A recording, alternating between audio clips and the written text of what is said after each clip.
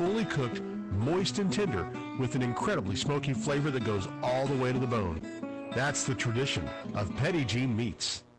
Need a sign for your business? A banner for your fundraiser, church, or party? Hi, this is Jonathan Trafford of 501 Sign and Vinyl. We're a full-service graphic business in Morrilton and can make your signs, banners, window clings, vehicle wraps, and everything in between. We're proud to welcome Brittany Wyndham to our graphic design team. Call us today at 501-208-3667. Email us at 501signandvinyl@gmail.com or message us on Facebook at 501 Sign and Vinyl to see our work.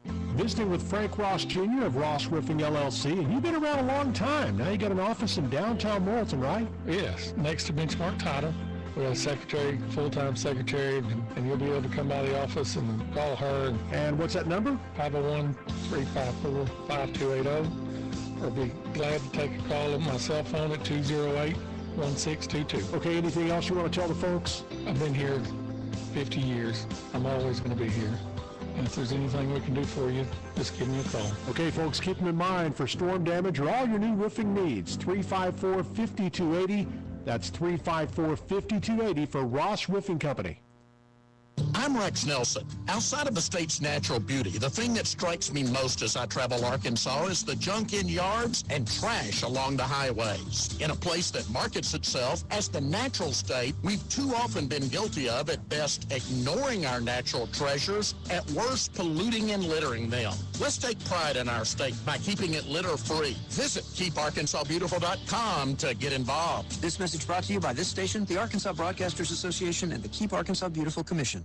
Petit Jean State Bank's all-new free mobile app makes local banking fast, simple, and secure. You can check your balance, deposit checks, pay a bill, transfer funds, and more, all from your mobile device. Transactions are fast, and the app is simple to use. Best of all, it's secure, because Petit Jean State Bank is committed to you and your peace of mind. Online banking customers can download the free PJSB app today from the App Store or Google Play. It's just another way that Petit Jean State Bank is right in town, always in touch. Petit Jean State Bank. Member FDIC, an equal housing lender. Hi folks, Jeff at Hagen's Dodge here. Well, we are done ordering new 22 heavy-duty Ram trucks, but we are now ordering the new 2023s. We do have a good selection of new 22s on the ground and several more en route. Come by today or visit us online at HagensDCMotors.com and make a deal on one of these brand new 22s with the 22 price. You won't beat us on price or service. Hagen's Dodge Chrysler Jeep Ram, exit 108 and I-40 in Morrilton. Healthcare Pharmacy in Morrilton is your trusted, locally owned Good Neighbor Pharmacy. It's where you'll find all your prescription and immunization needs. They know you and your doctor, and they'll give you written advice on how to take your medicine properly and any possible side effects. That's personalized service that you deserve from your pharmacist. Healthcare Pharmacy, number 10 Hospital Drive in the Morrilton Medical Clinic building, 501-354-1460. Visiting with Brian Porterfield at Haynes Home Center in Morrilton about the importance of shopping locally. I love Morrilton and our local community. Please join me in supporting all of our great local businesses. Yeah, you know, every time you spend $1 locally, it turns over many times in the community and creates jobs and really just better opportunities for everybody. Supporting your local businesses is one of the most important things to help your community thrive and flourish. All right, good words from Brian Porterfield, Haynes Home Center. Go see them, number 4 Davis Drive in Morrilton. Hey, we're back inside the Haynes Home Center broadcast booth. Right on cue with that ad as we are getting ready for Morrilton Devil Dogs football homecoming game against Watson Chapel. Devil Dogs under 13th year head coach Cody McNabb. Again, won first 3 games, beat Russellville, Clarksville in non-conference play, beat Valonia to open 5A Central competition. The blowout loss to Robinson, and then that tough one, the loss to overtime to BB last week. And Watson Chapel, as I mentioned, first year head coach Maurice Moody, but he's been around. He actually played his McClellan team one of those years. They ended up making it to the finals. Yeah, and they beat us in the playoffs. That running back that they had, Pierre Strong, is now with the New England Patriots. Yes. And they'll hit the Lambeau good, here on Sunday. Yep. So he ended up playing at Boise State. Is that where he, South Dakota State. Okay, yep. Yeah, he was a jackrabbit. Yep. So, he... I think it was junior when we played them, if I remember. Yeah, I think so. But anyway, And then, of course, Devil Dogs have played Watson Chapel in the playoffs as well. 2017, we went over there and beat them. Yeah. Pretty handily, actually. So. Yeah, and we've been over there 3 times since 1995. And if you're an oldie like me, you'll never forget. I think Ron Johnson running all over us, and Devil Dogs lost in overtime there in the quarterfinals of the 95 playoffs, and then we went over there in 2000 and lost by 9, but got a little revenge in 2017, and I think the Devil Dogs were a 4 seed, and went down there in the first round, and I don't remember if it was a mercy rule or not, but it was 43-20. It was a final. It was a well-defined beating, that's for sure. We're former conference mates from 64 to 67 and 70 to 76. I believe Rich Mollers played in that 64 team, didn't he? I don't know if he's quite that old, but okay. He is a former Wildcat. He is. So, but he is all Morrilton now. Yeah, but this is our 16th matchup between the two schools, and Devil Dogs had a 10-4-1 advantage. All right, we'll try to make it 11-4-1 tonight. Big Jackson Dixon and Maddox Hogan, the captains tonight. Maddox, of course, in street clothes, unfortunately. Don't know crutches or anything. Yeah. He looks like he's. He just has his white socks with his sandals there. Yeah. So, that's what the kids are doing these days. That's how they do it now. Yeah. But anyway, Devil Dogs will receive the opening kickoff. So the offense out there first, and hopefully jump out on a lead like Coach talked about. Team in Watson Chapel that may have their confidence shaken a little bit. You want to jump on them early and stay ahead, and maybe they'll get kind of deflated and definitely want to get out on a lead on a team like Watson Chapel and make it as tough as you can for the Wildcats tonight. Nick talked a little bit about what they have offensively, defensively. Again, had that shutout in their first game, but since then, their last 4, they've been giving up 43 points per game. So again, we did talk about a little bit tougher schedule, and the key for them obviously is going to be at the line of scrimmage if they can stop the Devil Dog run game, because they're going to see a lot of it. Yeah, and they cycle in. They run a 3-4. They walk that linebacker up to the line on one of the outside. To me, it looked like they flip strong side, weak side backers.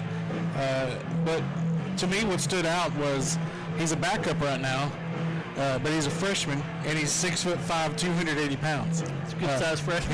He's a big old boy, and it's going to take he's kind of baby giraffing out there still. He's still trying to deal with his size. It looks like, but still, I mean, you're trying to push around a 280-pound kid. That's not easy.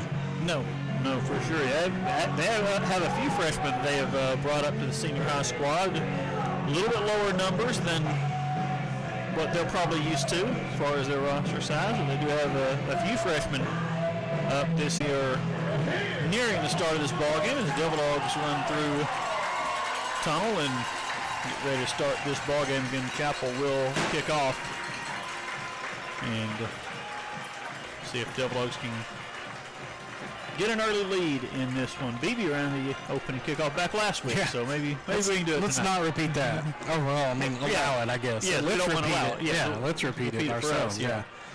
And we did.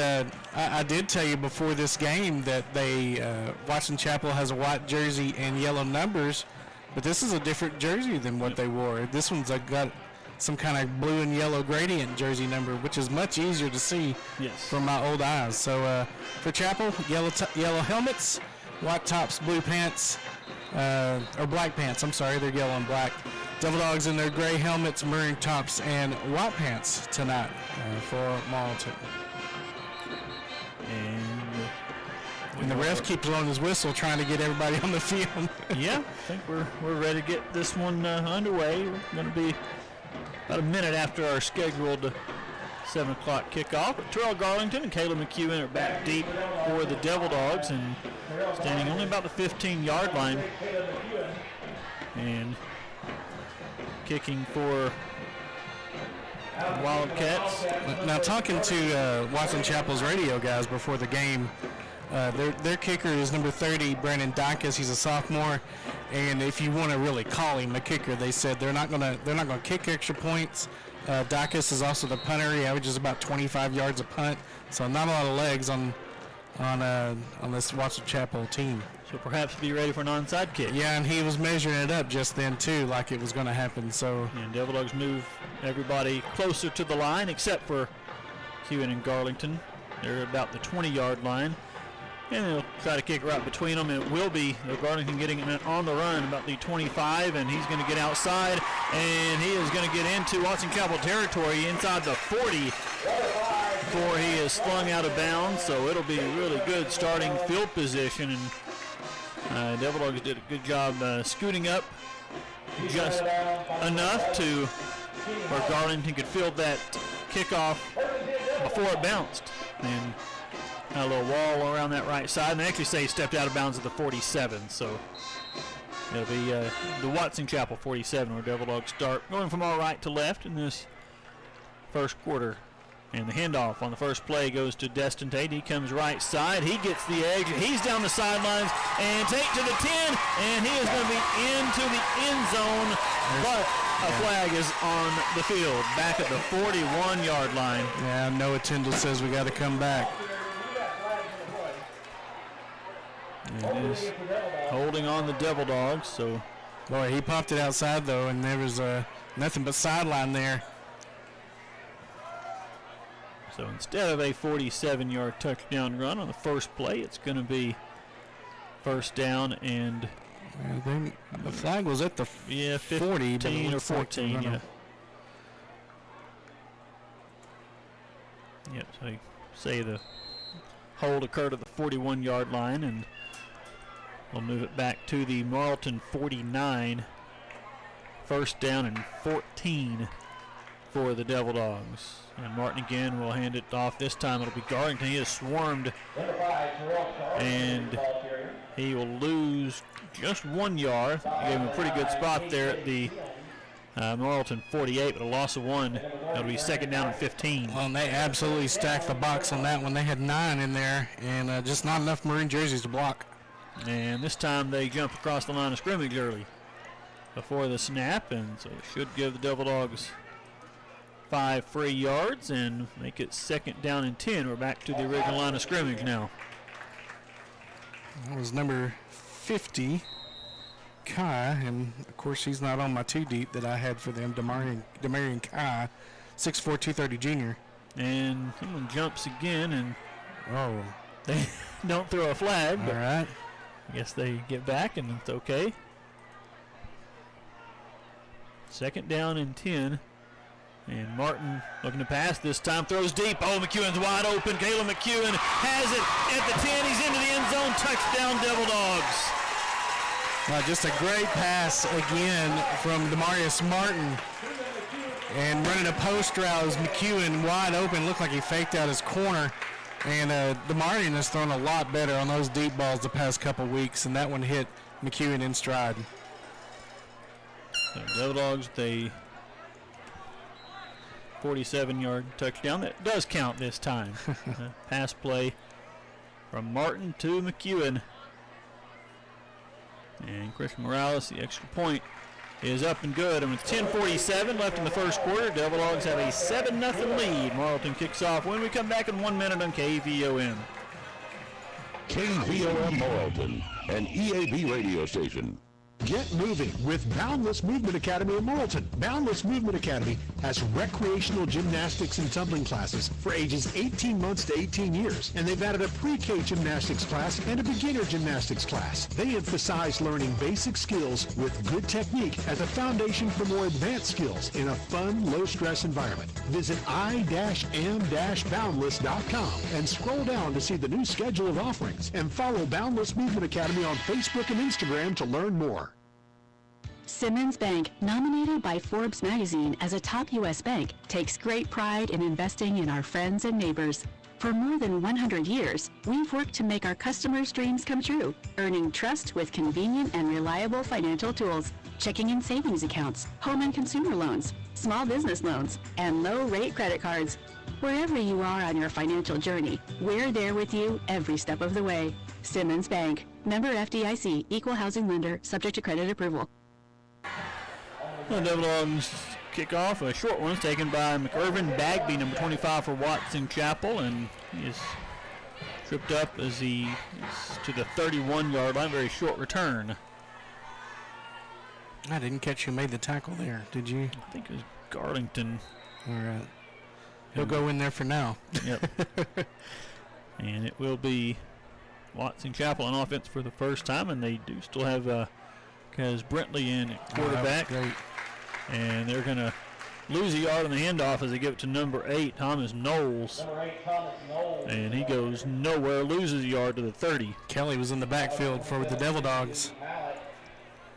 And Mallet. Second down and 11 on a little slant. They're going to complete this one for a first down all the way up to midfield, and McEwen finally able to get him down with some assistance, but a big play, 20-yard pass play there for Watson Chapel for the first down. They had Daniel Nelson. So first and 10 for Chapel there at midfield. And they will hand it off here, trying to stretch it outside, and he's going to get near the 40-yard line. That is Knowles again. He'll gain 9 to the 41, where Jackson Dixon finally gets him down. And they're moving at a pretty good clip here. Yeah, we were told by their radio that Madison would start for them, but it has been Brentley. He's going to get a little swing pass that's going to be caught, and inside the 30 goes number 6, Torrin Jackson. So they've got another first down. And McEwen pushed him out down to the 34 29 of Morrilton. Yeah, they're moving quickly and effectively thus far on this opening drive. There's a handoff, and not much that time on the right side of the line of scrimmage. Gain of maybe just a yard. And the Cord aren't in there. Yeah, Cord called me today and said he's going to have a big game, so there's his first tackle of the night. All right. Cord, Dane, Dale, whatever we want to call him. And there's Watson Chapel wide open. They're going to get an easy touchdown pass as Brentley found Daniel Nelson all alone, and he got behind. It looked like defense lost the defender, and an easy touchdown pass. So both offenses made it look fairly easy on the first drive. Yeah, well, you know, when your receivers are standing wide open, it's usually easier to complete it. It happened for both teams, and Chapel Lincoln will go for 2. They're going to hand it off, and they're going to get in for the conversion. I believe that was Nikhil Lawrence, number 3, who runs it in. So Watson Chapel is going to have a lead with 9:08 to go in this first quarter. 8-7, Wildcats on top, and we're back for their kickoff in 1 minute on KVOM. You've got the skills to take care of your own car, truck, and Spates Auto Parts has what you need to get it done. Change the oil yourself? Spates Auto Parts, your Napa dealers in Morrilton, Conway, and Russellville, has Pennzoil at $5.99 a quart. Or how about 5 quarts of Mobil 1 full synthetic oil? Yep, that's all you need to do an oil change. $32.95. How about new wipers? Premium Trico wiper blades, $15 a pair. Spates Auto Parts, your Napa stores in Morrilton, Conway, and Russellville. This is Dr. Zach Dixon with Dixon Family Dental of Morrilton. At Dixon Family Dental, exceptional care for our patients and superior dental care for your family is our mission. We strive to understand and focus on your needs by providing all dental services in our office. From the simple checkups all the way to crowns, root canals, and braces, we've got you covered. We also offer IV conscious sedation for our procedures to provide a safer and more comfortable experience. Give the team at Dixon Family Dental a call at 215-4913 or stop by and see us adjacent to Walmart on University Boulevard. Dixon Family Dental proudly salutes the Morrilton High School Devil Dogs in today's game. Watson Chapel, the 2-point conversion after their touchdown. They have an 8-7 lead. Dyke's kickoff again is short, and it will bounce this time to Garlington, but he's got some room as he comes left side. I mean, he is tackled from behind as he crosses the 40. So Devil will start at the 42-yard line, it looks like. And both offenses with some big plays, long touchdown passes. And both teams scored very early last week at BB, and we thought it'd be a shootout, and it was anything but. So we'll see if this one, the defense has settled in a bit here, and this one will be a handoff to Tate, and he tries to get the corner. And doesn't have a whole lot there. Gets close to the 45. And does actually get 4 yards. They had the original line of scrimmage at the 41, so, and they'll mark him down here at the 44. So we'll begin at 3, 2nd and 7. And Tate tried to bounce it to the outside. He broke a tackle and then picked up a couple more before Tyler Williams brought him down. And they are sure enough stacking the box. They've got 8 in there right now. And Martin's going to throw to the sidelines over ahead of the intended receiver. Terrell Garlington incomplete. It'll be 3rd down and 7. And Garlington just running a 5-yard stop route. Martin missed him. Brings up 3rd down and 7 for the Devil Dogs. Devil Dogs, 3rd down play here, 3rd and 7. That corner is Madison. It should have been quarterback. He's 6'3", 180. Big cornerback. And there's another offside on Watson Chapel. Is number 14, Rick Washington Jr. Offsides against the defense. Jumps offside. Is that right, ZRIC, Jim? That's what you have. Yeah, that's what, yeah. But it'll be 3rd and 2 after the penalty. Zurich, is that? So 8:27 left in this first quarter. 8-7 Watson Chapel with the lead. And Devil Dogs with it at their own 49-yard line, trying to convert 3rd down and short. It'll be a run from Martin, and Martin lowers his shoulders. He gets close to the 1st down marker. I think he's just short. I think you're right, but they're saying move the chains.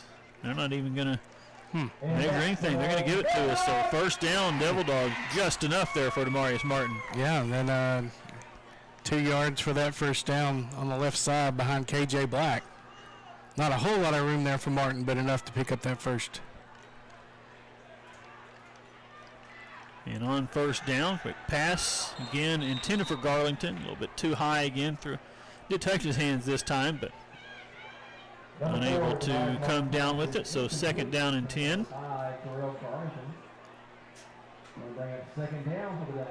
Yeah, that was a little bit better pass, and I don't think Garlington expected it to get on him that fast.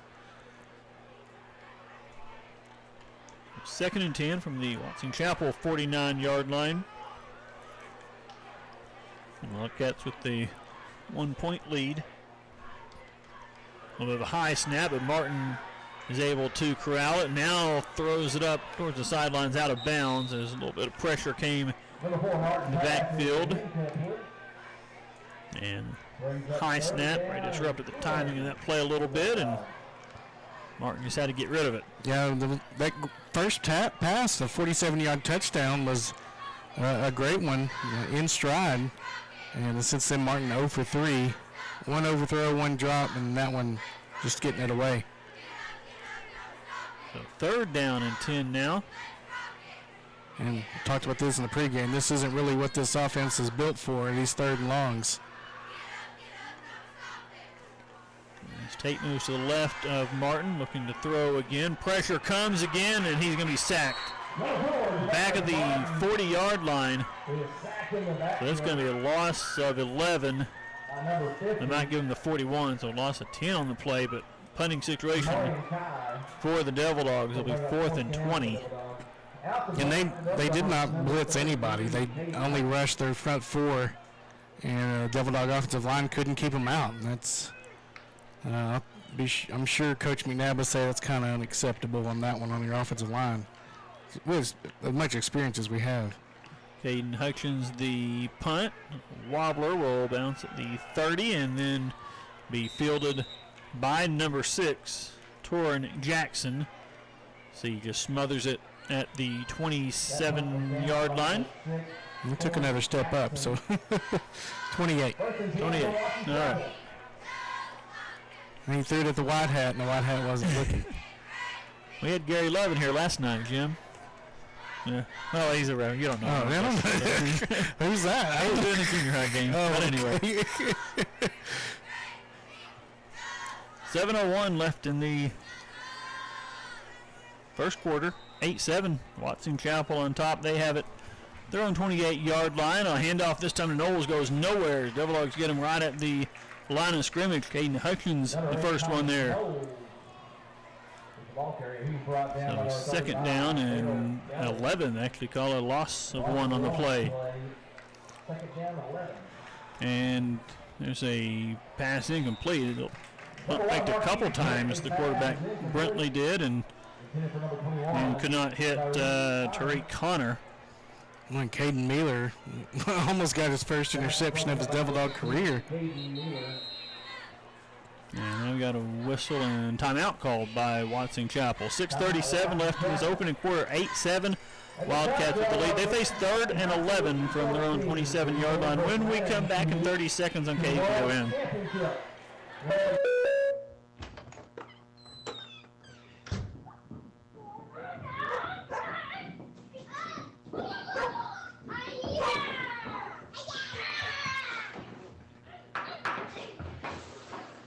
This moment of relief, brought to you by your local State Farm agent, who also brings relief with insurance for what you value most. See your local State Farm agent Ansel Carlin on East Broadway in Morrilton, or call 501-354-4386.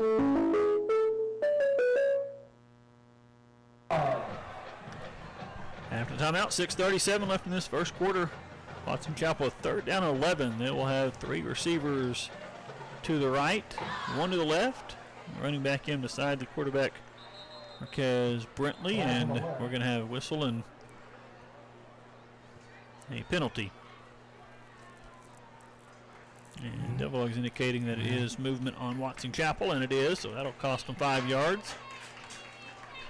Really not what you want to have right after a timeout. No, not usually. So 3rd down and 16 now. They're backed up to their own 22-yard line. They'll send the receiver in motion. They'll fake it to him. Brentley pressure, throws it down the field and overthrows his intended receiver trying to get Daniel Nelson around the 40-yard line. It's incomplete. 4th down and 16. So, and here comes 30, which is their punter, Dykes. Yep. So he's at about the 22 is where the line of scrimmage is. So watching that last week's game, he can hit it about the 47. Oh, it's a bad snap. Bounces to him, but he gets it. Will get the kick away. Short kick, high, and a fair catch by Jackson Dixon at the Watson Chapel 44. So will be good field position for Morrilton. And really good job by Dykes just to get that punt away. It rolled to him, essentially. Yes, yeah, it was not the best snap by any means. And Devil Dogs will have it, and now we'll say the 43-yard line. So we've traded touchdowns and we've traded punts here so far in this football game. And Devil Dogs have great field position at the Watson Chapel 43. 6:25 left in this first quarter. And Martin will fake it to Tate, and now he's going to run it up the middle, and we'll get about 4 yards as he dives to the 40-yard line just across the 40. It seemed like some miscommunication or something because Martin rolled to his right and then tucked it and ran. And it will be gain of 3, we'll call it. 2nd down and 7. Mark him right at the 40-yard line. There's a handoff to Tate, and Tate busts through. And Tate is going to be slung down as he nears the 20-yard line. So a good carry there by Destin Tate. They'll give him the 22-yard line, gain of 18, and a Devil Dog first down. A couple presidents combined on the tackle for that one, Madison and Jackson. Very good. Very good.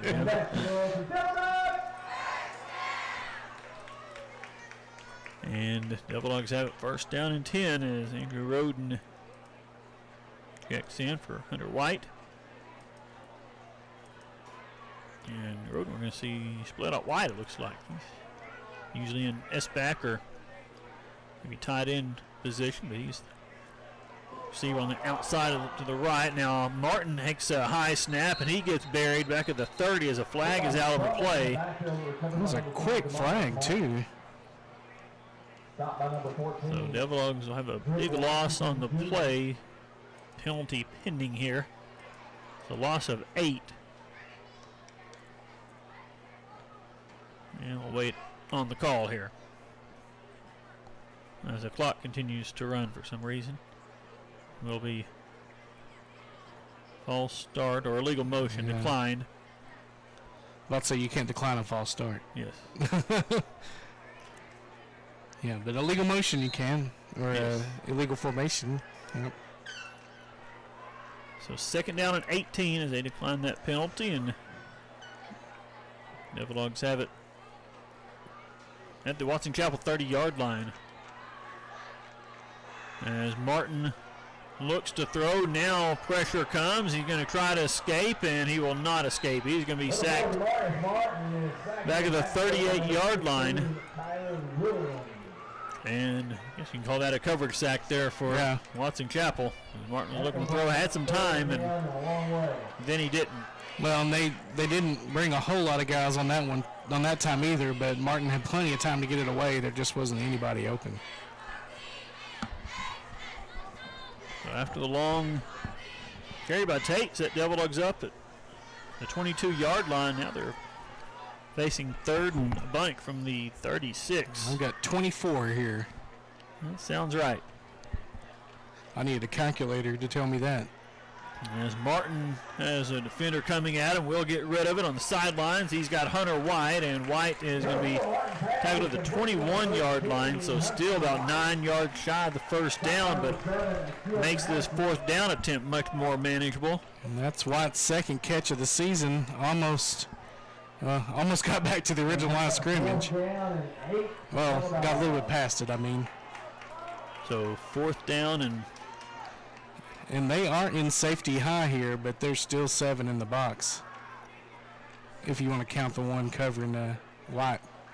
And Martin, the throw, gets rid of it. Now he'll find Tate, and Tate is going to be tackled for a loss on the play, so Devil Dogs will turn it over on downs. And Martin is able to get rid of the football, avoid the sack, but Tate had no chance to do anything with it after he caught it. Yeah, they just brought more than we had to block there. Devil Dogs turn it over on downs. 2:53 left in the first quarter. Watson Chapel takes over again. 8-7. Wildcats have the 1-point lead. Again, they will have Marquez Brentley in at quarterback again.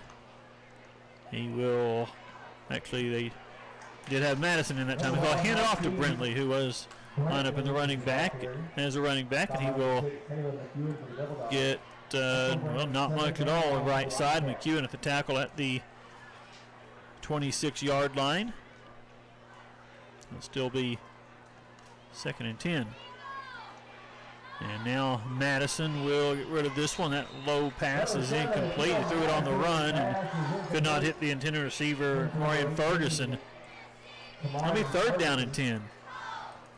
I like that play. I don't remember where I saw it first. Oh, Joe T ran one very similar to that, just an option down the line, and the slot receiver goes out there and waits for the screen pass.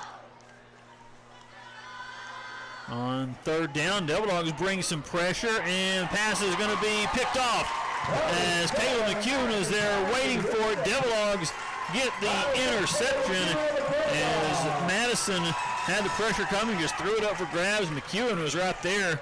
It's either going to be him or Chad Curtis with the interception, and it's McEwen. Chad really wanted that one too.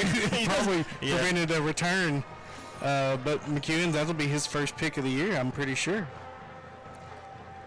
Yeah, 15 tackles, 4 pass breakups coming into the night. The Devil Dogs get the football right back at the 31-yard line with 2:19 remaining opening quarter. Martin quick pass to the sidelines, going for Garlington again, this time in and out of his hands. That time good pass by Martin, and Garlington, I think, was looking upfield to run with it before he secured the catch. So 2nd down and 10.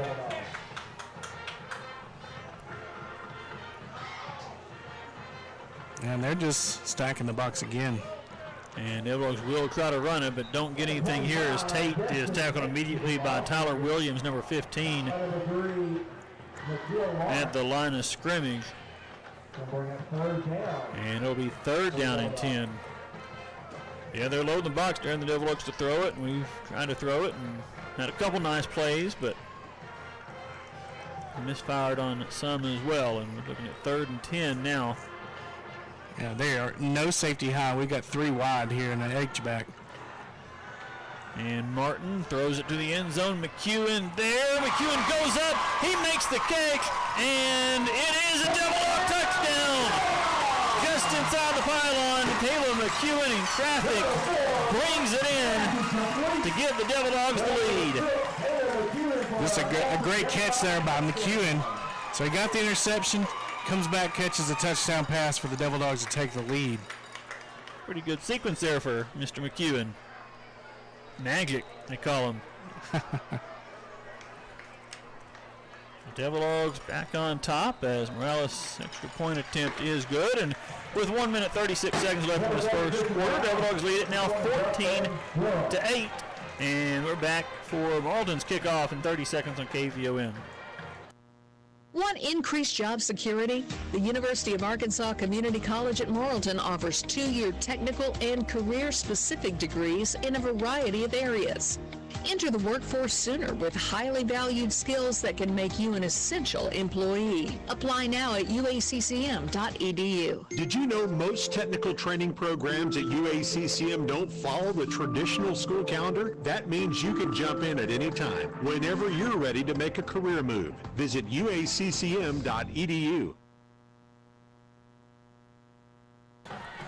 101.7 KVOM.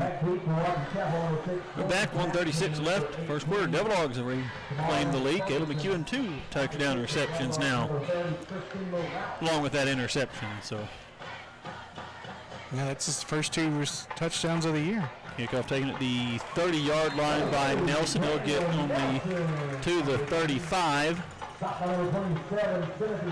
Timothy Mallett brings him down. Special teams ace Timothy Mallett is what we're going to start calling him. He makes a lot of tackles from his inside linebacker position, but he's by far leading the team on special teams tackles. Yep, Houston Nutt would be proud. Okay. He always wanted his special teams to be special, so. Well, you're going to make me say something mean about Houston Nutt. On first down, Watson Chapel goes nowhere. They actually go backwards on the handoff. And that is Brentley. Tackle for loss, Chad Curtis on that one. So it'll be 2nd down and 14.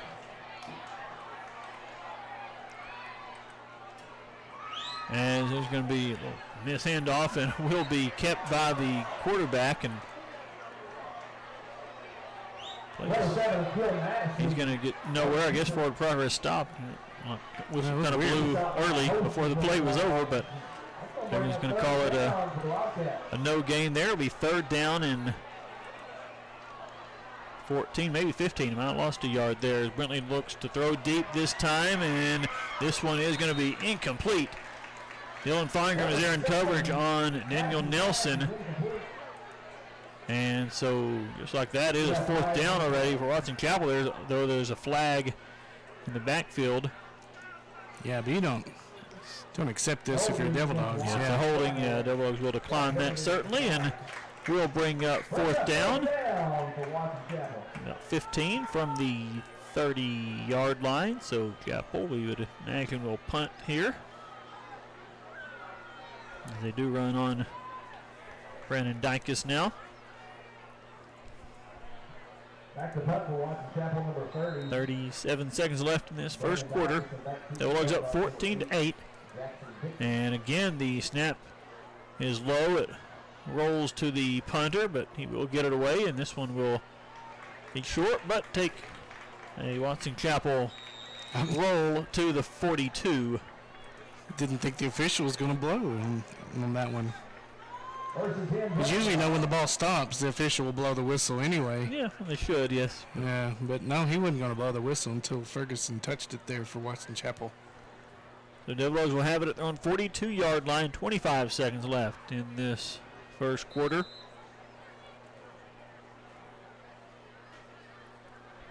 And it will be Tate line up to the left of quarterback Demarius Martin, and we'll hand it off to Tate. He's going to spin ahead to midfield, still on his feet. What a run there by Destin Tate to the Watson Chapel 46 for the first down. Yeah, that was, I don't remember what button it is to break tackle in Madden, but he was using it. He was using it.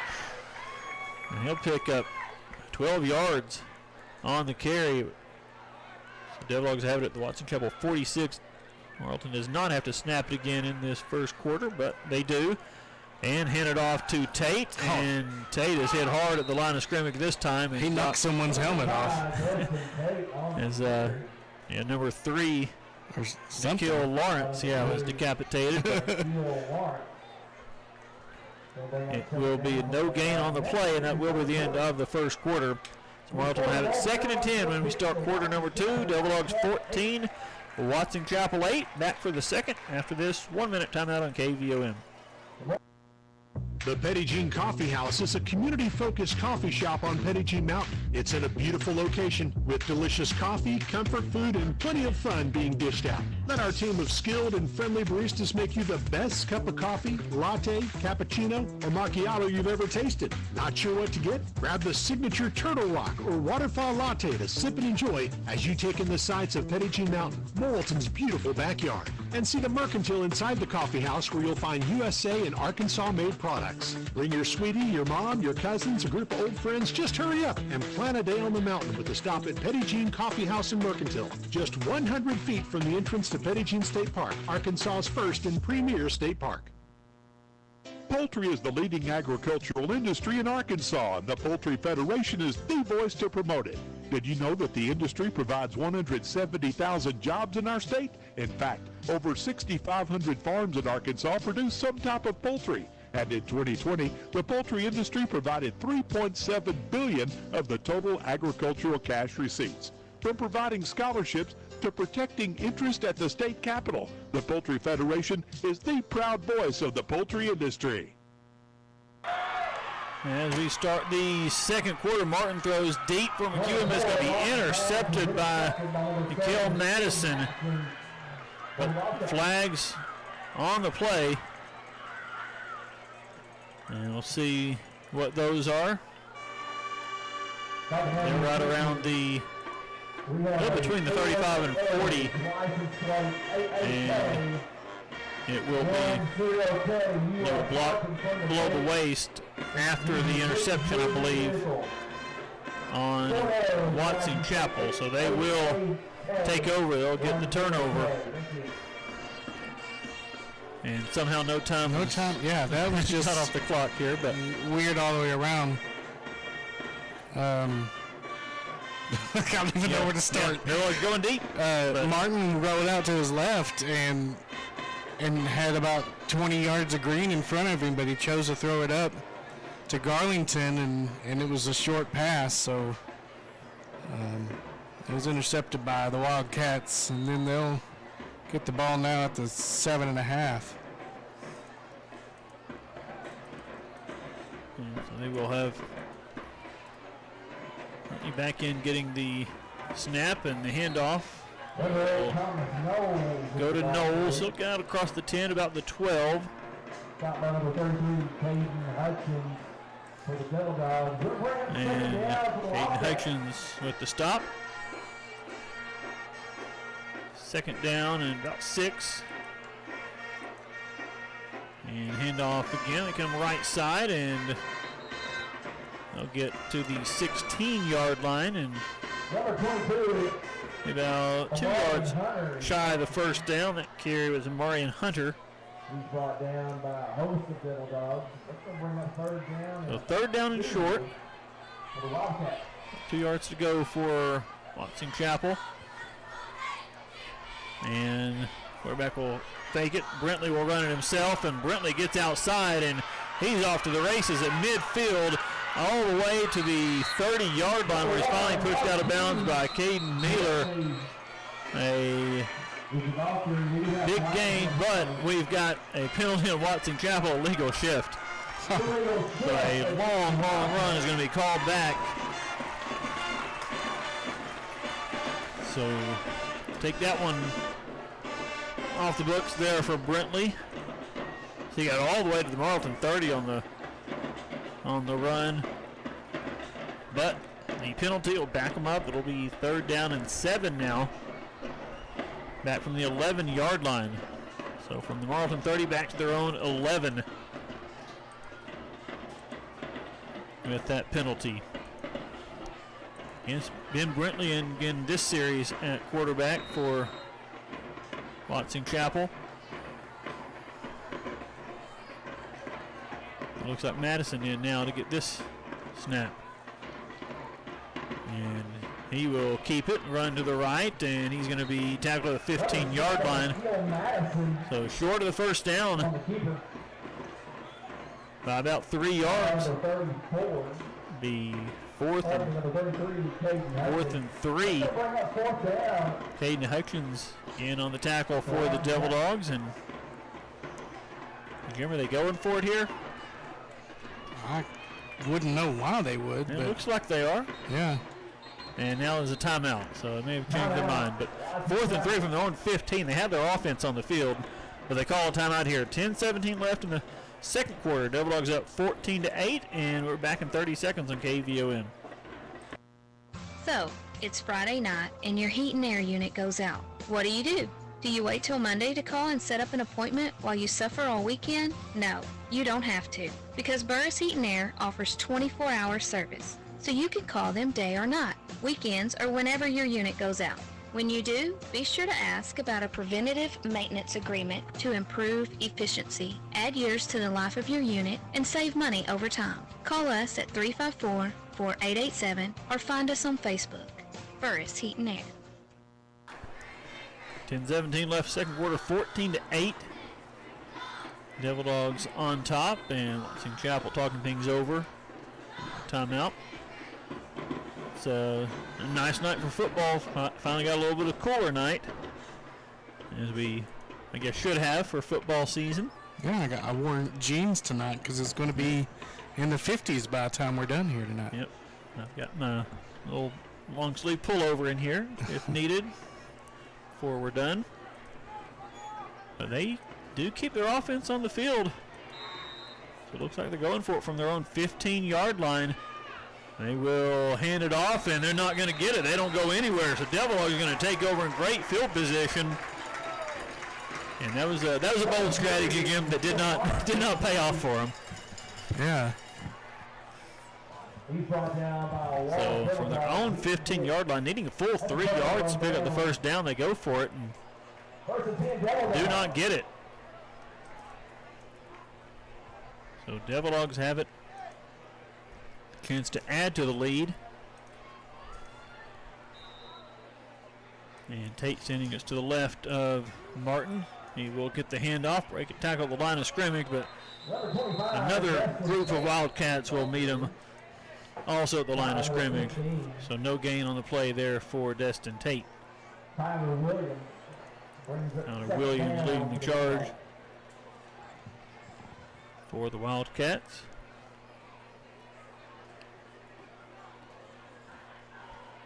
So second down and 10. And again, no safety high here for the Wildcats. They brought their safety up to blitz, and now he's gone back. Well, he's inching his way back up. And handoff here to Tate. Tate is going to get to the 5. Tate is going to get into the end zone for the Devil Dog touchdown. That was Desmond Tate, determined to see his way into the end zone for the score. He made a move at the line of scrimmage, went off to his right. I'm pretty sure that was supposed to go in the to his left, and he brought it back, cut it back to the right, and there was an end zone in front of him just waiting for him. So Tate with the 15-yard touchdown run. And Morales Extra point attempt is up and good. And with 9 minutes, 46 seconds to go in the second quarter, Devil Dogs lead it now 21-8. And we're back for Morrilton's kickoff in 30 seconds on KVOM. Hi, I'm Richard DeLuca, and I'm running for Morrilton City Council, Ward 3, Position 1. I believe Morrilton is going in the right direction and has everything in place for great growth in the coming years. I'm a businessman, and I've personally bet big on the city, investing in properties all over the community. I'm raising a large family here, and I want my children to choose to live in Morrilton as adults. I want to be part of the city council team that creates great opportunities for residents and businesses. It doesn't matter where you live in the city. You can vote in my race, and I'm asking for your vote for Ward 3, Position 1 on the Morrilton City Council. Thank you. Paid for by Richard DeLuca. 9:46 left, second quarter, 21-8. Devil Dogs lead it by 13 now. Round is kicking off. And they've got Marion Ferguson back deep. It'll be a short kick, and it will bounce and go out of bounds. Number 28, Greg Gable, tried to field it on the bounce. I guess they said he touched it. I didn't think he did. I thought it did get off his hand, yeah. So they will have it where it went out at the 25-yard line. Yeah, I think it went off his hand as he tried to field it. So Chapel with the ball on the left hash at their own 25-yard line, trailing the Devil Dogs 21-8 in this one. And they will have Brentley back in at quarterback now. Running back on either side of him, and handoff here, and Hayes Buckley with the stop of Thomas Knowles. After a short gain, he might get a couple yards to the 27. It'll be second down and 8.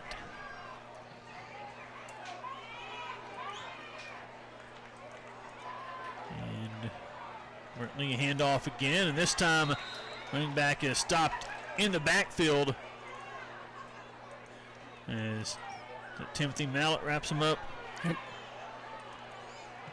And back at the original line of scrimmage, so Knowles gained 2, then lost 2. Third and 10 now. That was just a mess in the Wildcat backfield. I think Cord Arndt was in there too. And Brentley now rolls to right, throws back to the left, and this one is going to be caught on the sidelines, and it is going to be number 3 getting around the defender. Nikhil Lawrence is going to take it all the way for the touchdown. So Brentley hits Lawrence and takes it all the way in, 75 yards for the touchdown. Devil Dog defender kind of gambled for the interception, and then Lawrence left alone down the sidelines and made one man miss in the open field. And took it all the way in. I think he would have had the pick too, but a Devil Dog defender was in front of him, and then they both kind of got each other's way. A 2-point conversion attempt fails again for Watson Chapel. They tried to run it in, but they are unsuccessful. And no good this time. It was obviously good the first time. So we do have a 7-point game here. 8:39 left in the first half. Devil Dogs 21, Watson Chapel 14. Wildcats kick off when we come back in 30 seconds on KVOM. Looks like you didn't have any damage from the storm. That's a relief. But sometimes the damage caused by hail and high winds can be hard to see. Call Vaughn Roofing and Remodeling to have your roof and gutters inspected for damage that you might not notice, because that can lead to more significant damage down the line. Vaughn's Roofing and Remodeling is there for you anytime, day or night, with emergency tarping and other services to keep you in the dry. And you don't have to wait on your insurance company. They'll go to work right away. Your hometown trusted friends, Vaughn's Roofing and Remodeling. Vaughn's Roofing now has a staffed office and a new phone number, 501-215-4137. That's 501-215-4137. And online at vaughnsroofing.com. Still have 8:39 left in this first half. 21-14. Devil Dogs with the lead. And we've seen some big plays for both offenses in this one.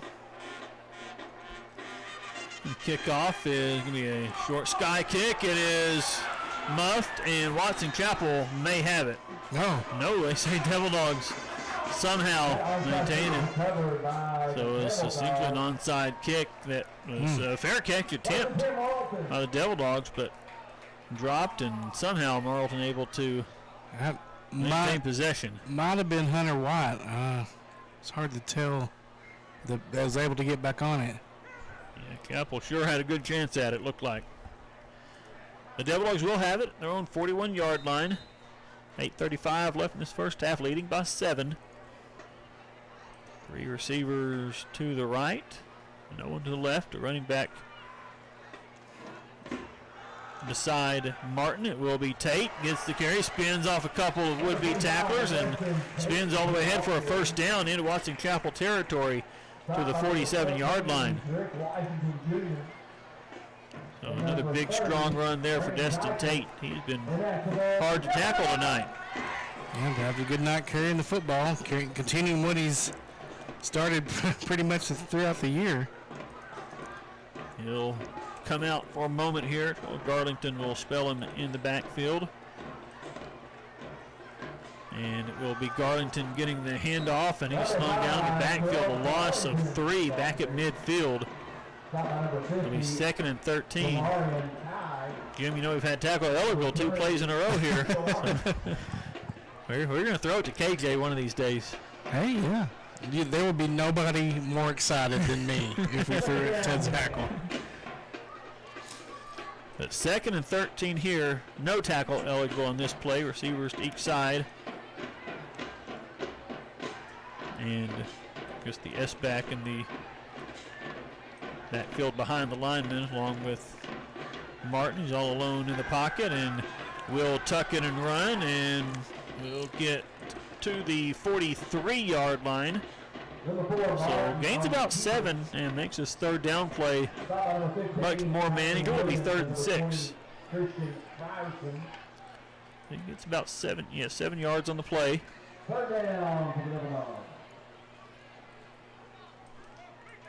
And the clock ticks down near 7 minutes now left in this first half. And Tate back in, just to the right of Martin. And Martin, pressure comes, and down he goes. Sacked again, back around the Morrilton 47-yard line.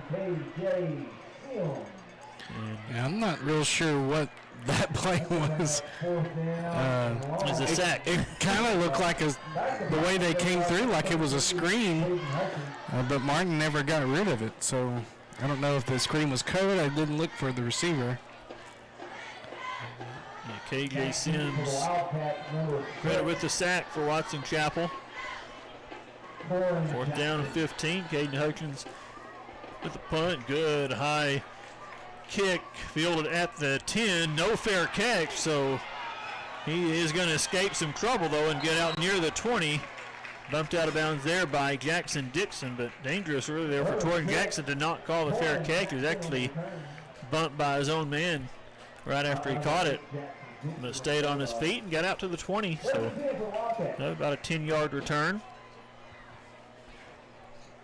And 6:06 remaining in the second quarter as Watson Chapel offense is back on the field.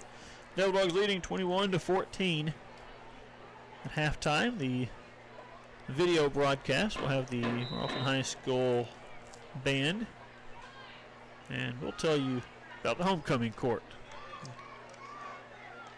As there's a low snap picked up, handed off, and a loss on the play as Ferguson is tackled. There's a flag out as well.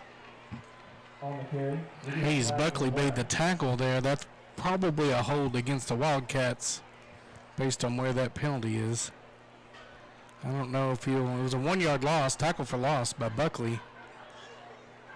And what was that? Wasn't a hold. What was that? Chop block or something. Well, it will be a penalty on Watson Chapel. Yeah, that's. I don't know that one. Yeah, I guess so. It is a illegal block below the waist. And that'll back them up all the way inside the 10-yard line.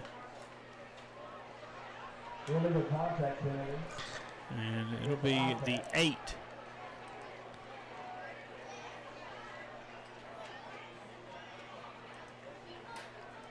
Back to the 8-yard line.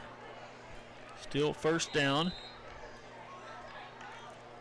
First down and 22. It's going to be a handoff, and that's Timothy Mallett on the tackle right at the 11-yard line. So they'll gain 3. It'll be second down and long. Knowles again. Knowles has been their featured back.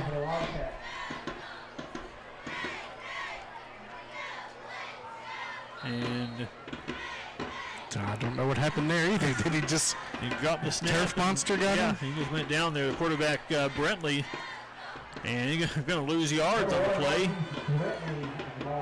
The Bulldogs were bringing some heat, but Brentley, I think, just went down. And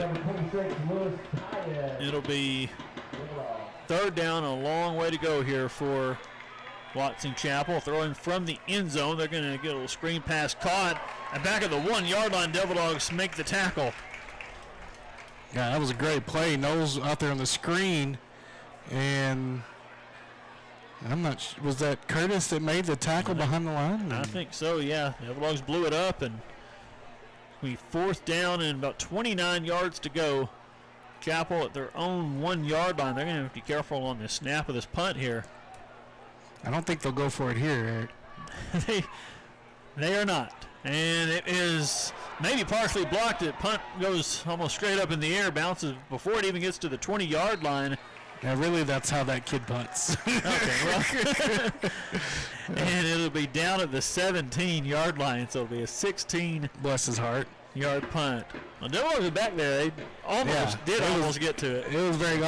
I'll be sure and go back and look to make sure that we didn't get a piece of it. But he was hurried. It's a short snap, and I just think he tried to get away as well as he could.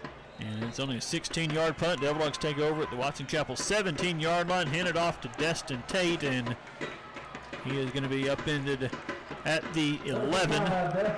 They'll pick up a 6. We'll bring up 2nd and 4. So we start our next position at 426. Tate on first down gets 6 yards on that one. So 2nd down and 4. Devils looking to add to a 21-14 second quarter lead. Taking a long look over to the sidelines.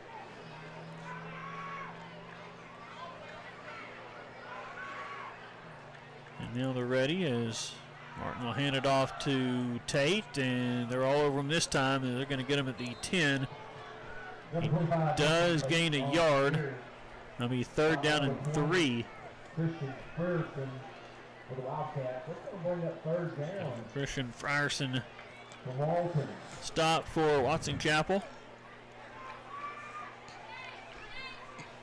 And 3rd down. And about 3 yards to go.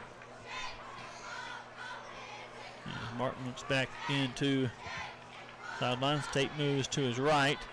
Martin runs to his right, inside the 10, cuts back at the 5, and gets into the end zone for the Devil Dog touchdown. Nice run there by Demarius Martin. And so we've got C.R. Shirtliff and River Robinson in there. They're our tight end and H-back. And just a student body right on that one. And he's going to score behind Robinson. So Devil Dogs go up 27-14 as Morales is on for the extra point attempt. And it is up, and it is good. And 3 minutes, 1 second left in the first half. Devil Dogs lead at 28-14. Morrilton kicks off after this 30-second timeout on KVON.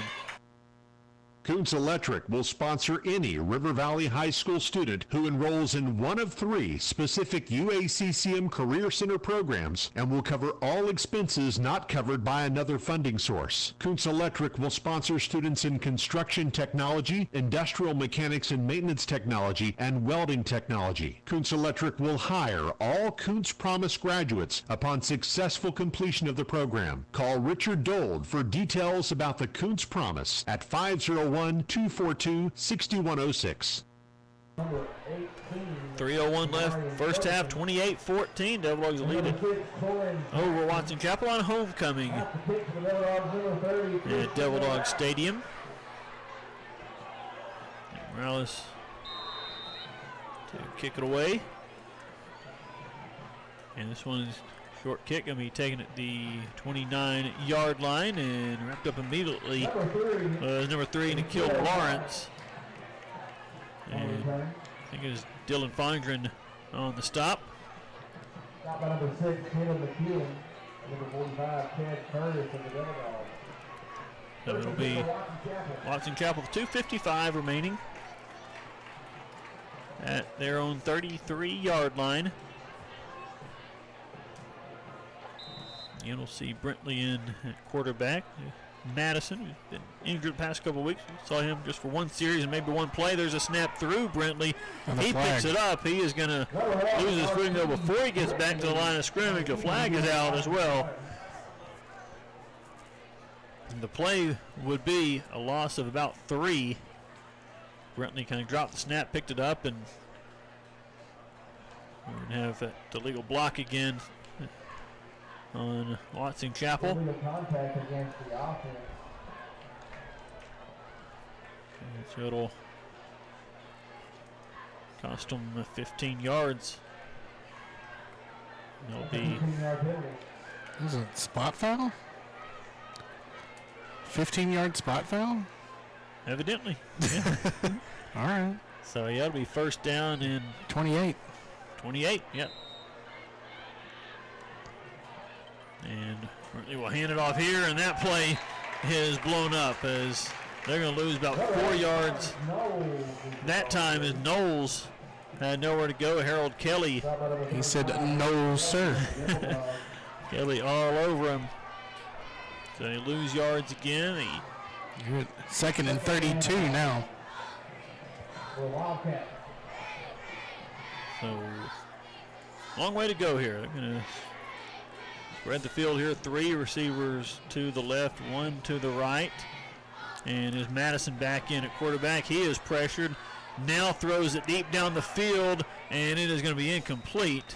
As Dylan Fondren was all over the intended receiver, Daniel Nelson. Good coverage, and Fondren almost had a play on the football. That'll be third down. 32. And 32, that's what it is. Okay. And so far, they don't even have it on the scoreboard. They can't figure it out either. That's a lot of math to do. 3rd and 32. It's up Again, now. that's why I've got a computing machine. The line of scrimmage is the 11. They need to get to the 43. And Madison is going to run. There's a flag out again.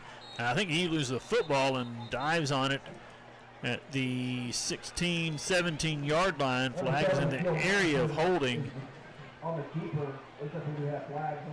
But if that's what it is, you decline that and have 4th and a bunch. He only picked up about 5 yards. So 4th and about 27. This is the part of the field they went for it earlier. They're on 15. They needed just 3 yards then. A little bit different here. But Devil Dogs will call a timeout with 1:57 seconds left in this first half. Morrilton up 28-14. Watson Chapel punting when we come back in 30 seconds on KVOM. KVOM Morrilton, an EAB radio station. Joe Klein here for Bet Saracen, Arkansas's favorite sports betting app. You bet it is, Joe, and football is in the air, which means Bet Saracen has everything you're looking for and more right there on your cell phone. Now everyone can get in the game and follow your favorite team. And that's right on the money. If putting down a little wager makes your favorite game a little more exciting, we'll go to the app stores and download Bet Saracen. We even got a demo video to show you how to play. Or find it at betsaracen.com. And we're back with 1:57 seconds left. Some interesting music at the stadium. I think Judd's got some Jackson 5 on or something. Something, yeah. Not the typical. Well, the band's getting ready for the halftime show, so they're not in their area of the stands. 4th down and 26 yards to go. The punt is going to be It's going to bounce. Dixon's going to let it bounce. It'll take a favorable Watson Chapel roll into Morrilton territory to the 44-yard line. It was kind of Jackson let it go. I think that was a little bit of self-preservation there because he signaled for the fair catch, but I'm not sure that guy would have stopped if he'd caught it. He'd have Markwell weighted him. Yeah, it wouldn't have been pretty, I don't think. So Devil Dogs with 1:45 seconds left, have 2 timeouts. Yeah, still great field position here from the 44. And Devil Dogs have had really good field position just about all night. And quick pass here. Martin completes it to McEwen, but they blew it dead awfully quick. They did, yeah. He never went down. They say his forward progress stopped after 4-yard gain, or 5 yards up to the 49. And Devil Dogs in the 2-minute drill here. Get up to the line of scrimmage, snap it. Martin throws deep for Garlington, incomplete. 2 flags on the play. Well, so they held him before the pass, and then interference as well. Beat that corner, and that was Daniel Nelson, and he grabbed hold of the back of his jersey. And that's where the first flag is at the 30. Then he bumped him again 10 yards down the field. And they will assess only one of the pass interference penalties. But it will be enough, clearly, for a Devil Dog first down. And you would take the pass interference over the hold here. Yes. So you get the 15 yards. Up to the Watson Chapel 36. So just like that, Devil Dogs in good position here. Still 1:17 seconds left. Still 2 timeouts. And a handoff to Tate, and Tate going to get a few yards into the pile there at the 33. And got a timeout called. Morrilton calls it second with 1:05 seconds left. First half, 28-14. Devil Dogs on top. We'll have 2nd and 7 when we come back in 30 seconds on KVOM. It's that time of year again, and everywhere you go, people are rooting for their favorite teams. At Arkansas Farm Bureau Insurance, we want to be your favorite team. That's why we created Fave Rates, great new rates with the same great service. Call your local Farm Bureau Insurance agent today or get a free quote online at faverates.com. Arkansas Farm Bureau Insurance. Go with the home team. In Morrilton, see Ronnie Rainey, John Widener, Andy Jackson, or Jonathan Higgins, or call 354-0101. After timeout, Devil Dogs have 2nd down and 7. 1:05 seconds left in this first half. Trying to add to a 28-14 lead. Homecoming over Watson Chapel.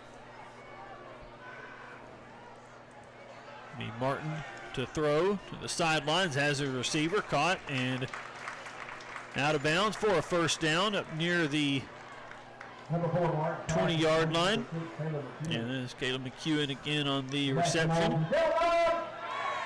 This cooler weather might be the best thing for McEwen. You know, he was even cramping up last week. So let's get rid of this heat for the year. Let Caleb run. Handoff here to Destin Tate, trying to stretch it outside and breaks a couple tackles, and they do get him down inside the 15, around the 14-yard line. Yeah, he sent someone to the shadow realm with that stiff arm. So he'll get 8 yards on the play. It'll be 2nd down and 2. And Watson Chapel didn't get their last guy off the field. The flag comes out. And I guess they stopped the play because he's offside. Yeah, they just call a legal substitution. Yeah, I think they really should have let that play go. I mean, I've watched the Packers for many years there in Rogers. If there's one thing I know, there's 12 men, that play keeps going. Yep. So if they blow it dead, they do call a penalty on Watson Chapel, and Devil Dogs will have a first down, 1st and goal. From the 9-yard line, Martin fade to the back of the end zone, and it is caught for the touchdown. It's McEwen. Number 3 tonight for Caleb McEwen. And a great pass there by Martin. And McEwen. I'll have to open up my Devil Dog record book here because he's on pace. We're on pace there for sure. I think he may have tied it. I don't know if we've got anyone with 4 receiving TDs in a game, as the extra point for Morales is up and good. 32 seconds left in the first half. 35-14. Devil Dogs on top, and we're back after this 30-second timeout on KVOM. Did you know that when you read to a child every day, their chances of learning to read, write, count numbers, and learn the alphabet increases? When these skills are not learned early, they often are never learned. That means simple things like job applications and important documents become difficult or impossible for your adult child to comprehend. Pick up a book, read to your child for 20 minutes, and change their life. This message is from the South Conway County School District. To love, to serve, to care. Got 32 seconds left in this first half. Devil Dogs have opened up a 21-point lead. It's now 35-14. Yeah, and he's now tied for the record. Most touchdowns in a game. 3. He's tied with 5 other players, 5 other games. Deontay Duncan did it twice for the Devil Dogs. Rayshard Quiswell, Jamel Brown, and Graham Heidenreich. So still a lot of games left here. He's got a half, yeah. So he'll have a good chance to break the record. Kickoff by Morales. Will be taken at the 25-yard line, and straight ahead comes the return man, and guess who's there on the tackle? It's Timothy Mallett, stopping Amarian Hunter. Mr. Special Teams. Yep. Shy of the 40-yard line, so 28 seconds left for Watson Chapel. They have just 1 timeout remaining. And they will have it at their own 38-yard line.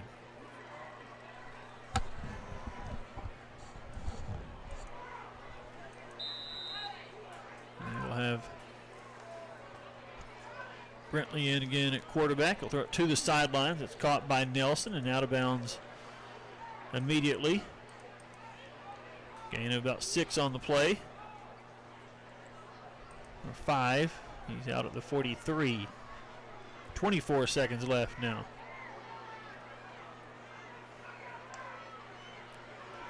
And there's a handoff, big hole up the middle. They're going to get a first down across midfield. Hayes Buckley with the tackle at the 48-yard line. Thomas Knowles. I think Jackson Dixon helped out there too.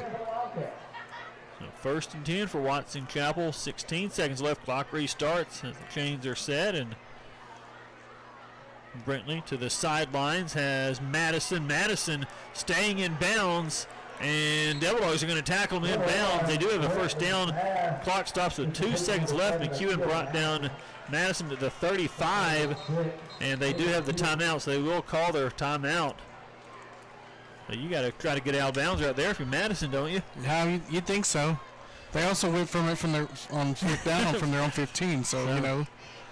But they'll have time for 1 more play. And there's 1 second left.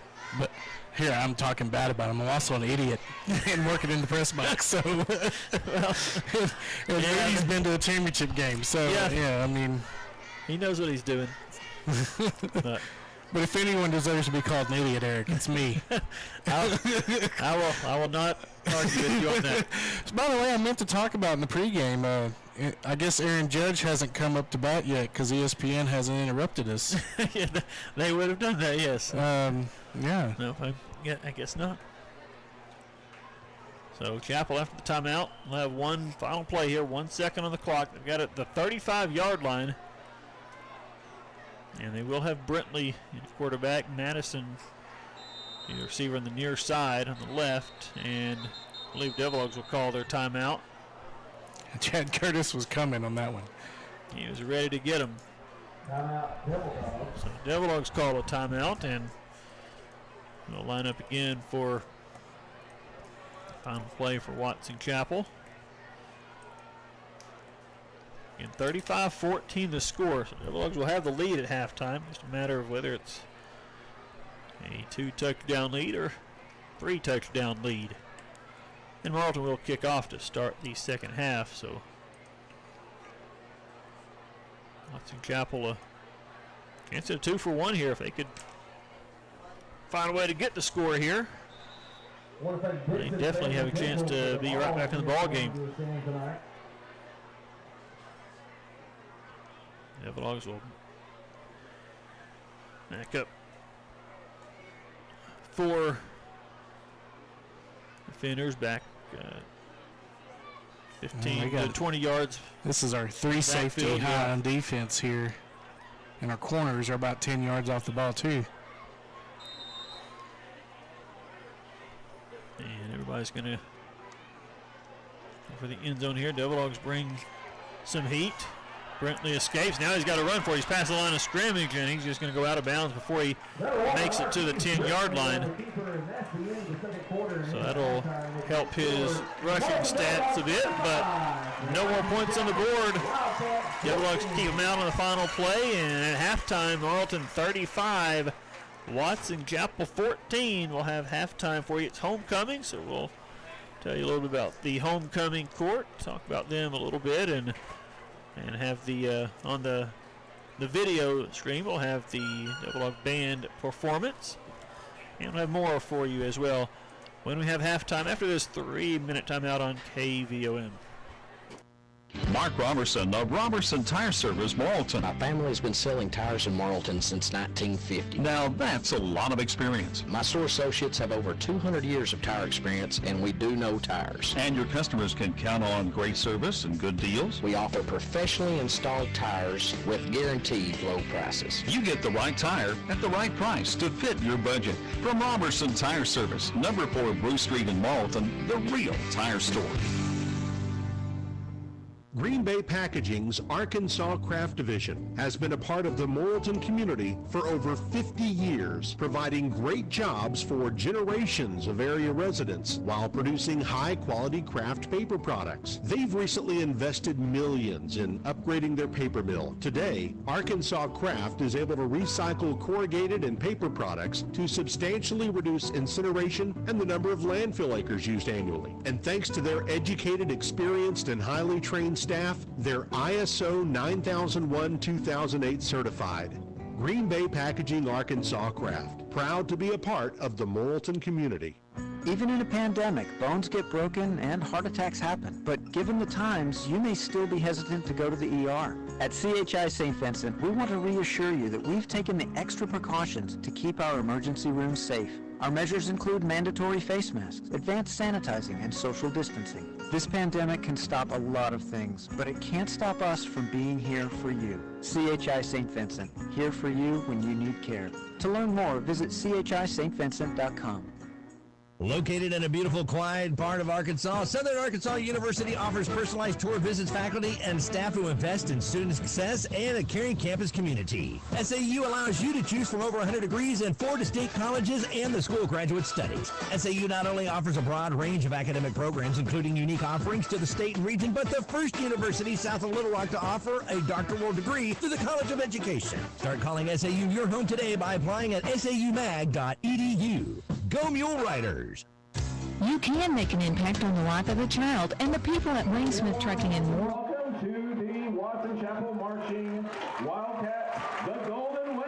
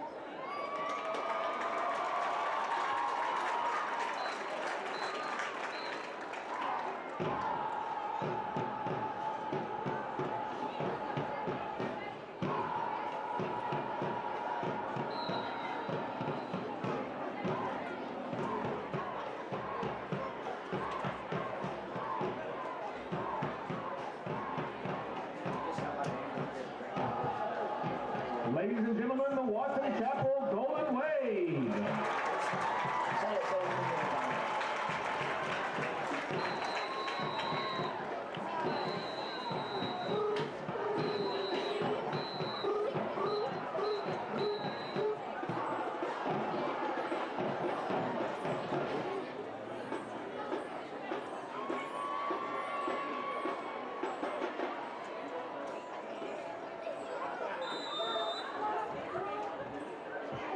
Good evening, Devil Dog Nation. Now the marching Devil Dogs are taking their place on the field for your halftime entertainment. This evening, the marching Devil Dogs will be transporting you to a land of adventure, a land of danger, a land of excitement. Welcome to a world where death and life hang in the balance, where only the bravest dare to tread. Tonight, the marching Devil Dogs will be taking you on a dragon hunt. Tonight, the band will feature trombone soloist Caleb Hurdle and trumpet soloist Kylie Viveros.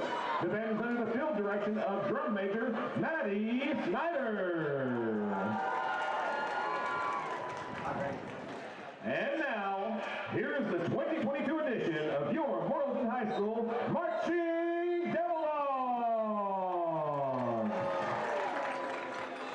Long ago, in a forest dark and deep, dwelt the Dragon Lord. Who would be brave enough to end his reign of terror? The heroes of the kingdom.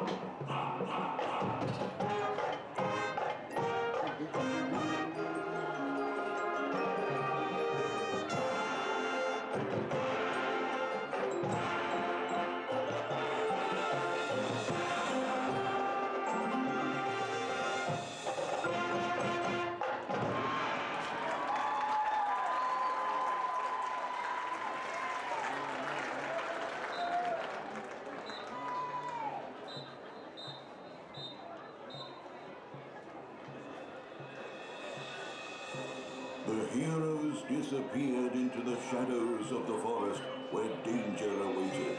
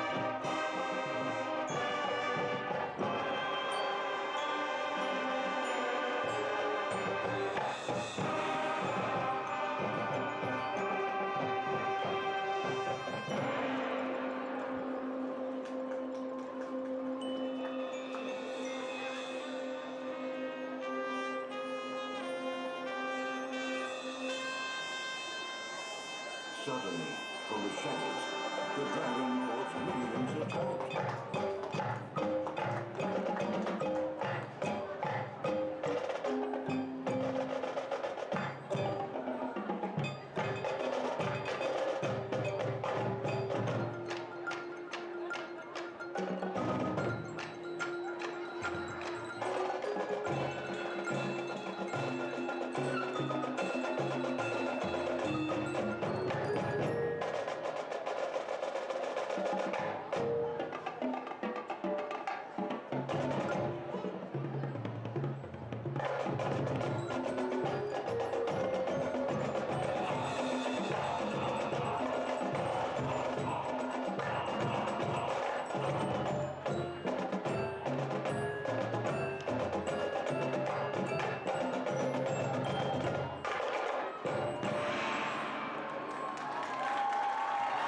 Ladies and gentlemen, your 2022 Morrilton High School Marching Devil Dogs.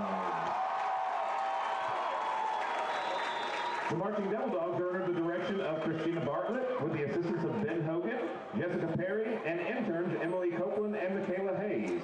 Color guard sponsor is Caitlin Davis, and drill designer is Michael Wells. The Marching Devil Dogs' next performance will be next Friday night in Whitehall as the Devil Dogs take the Bulldogs to the pound. The Marching Devil Dogs would like to thank all of you for your support and attention, and go Dogs!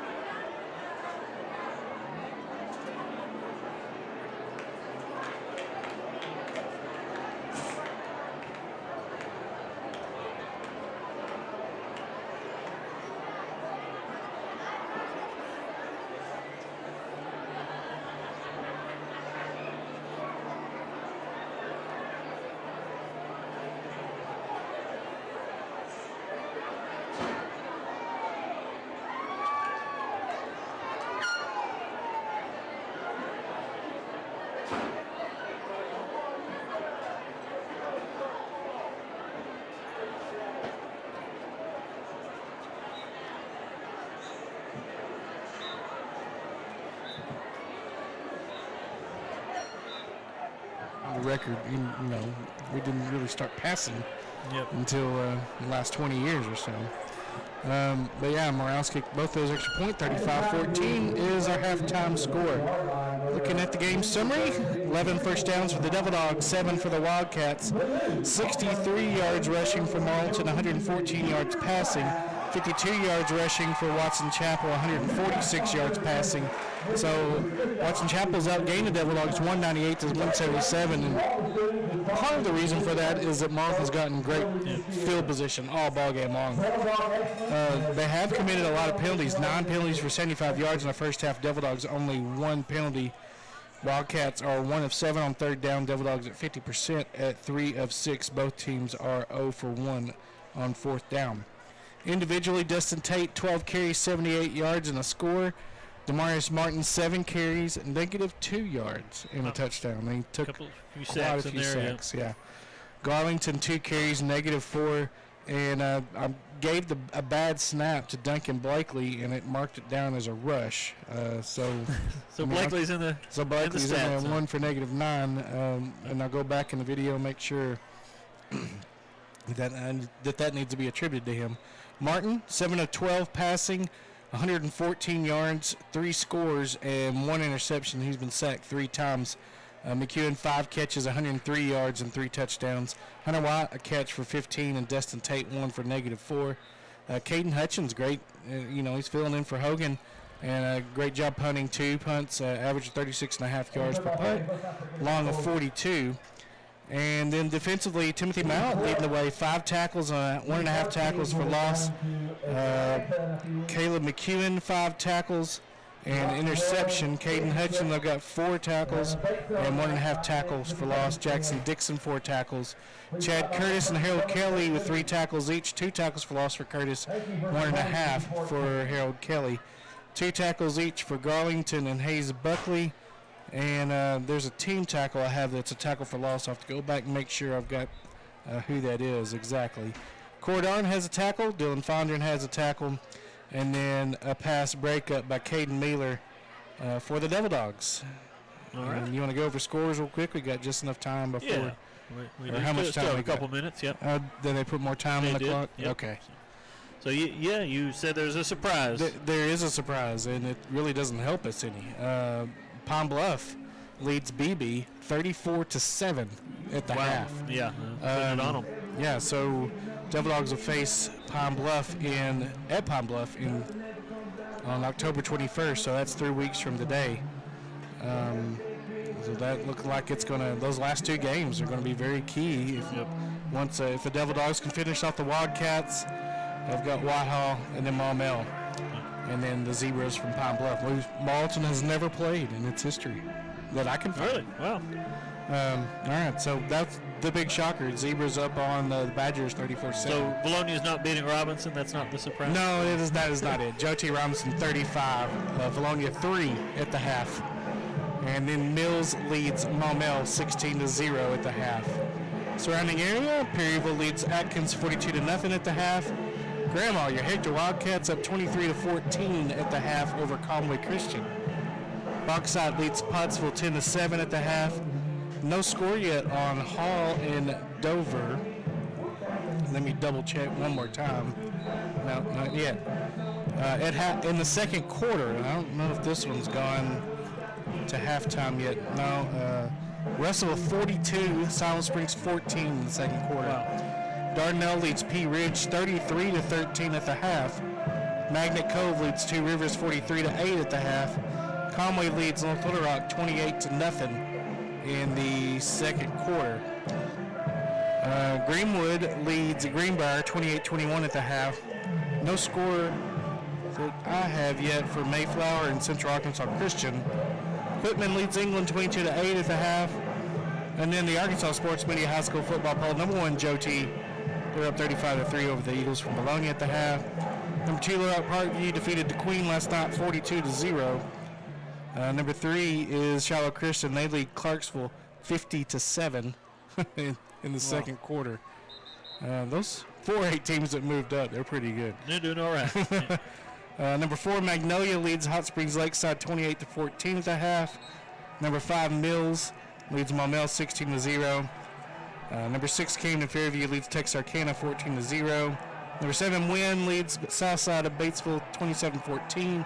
Harrison leads Prairie Grove. Then number 8, 21-18 at the half. And number 9, Batesville 28-0 in the second quarter over Paragould.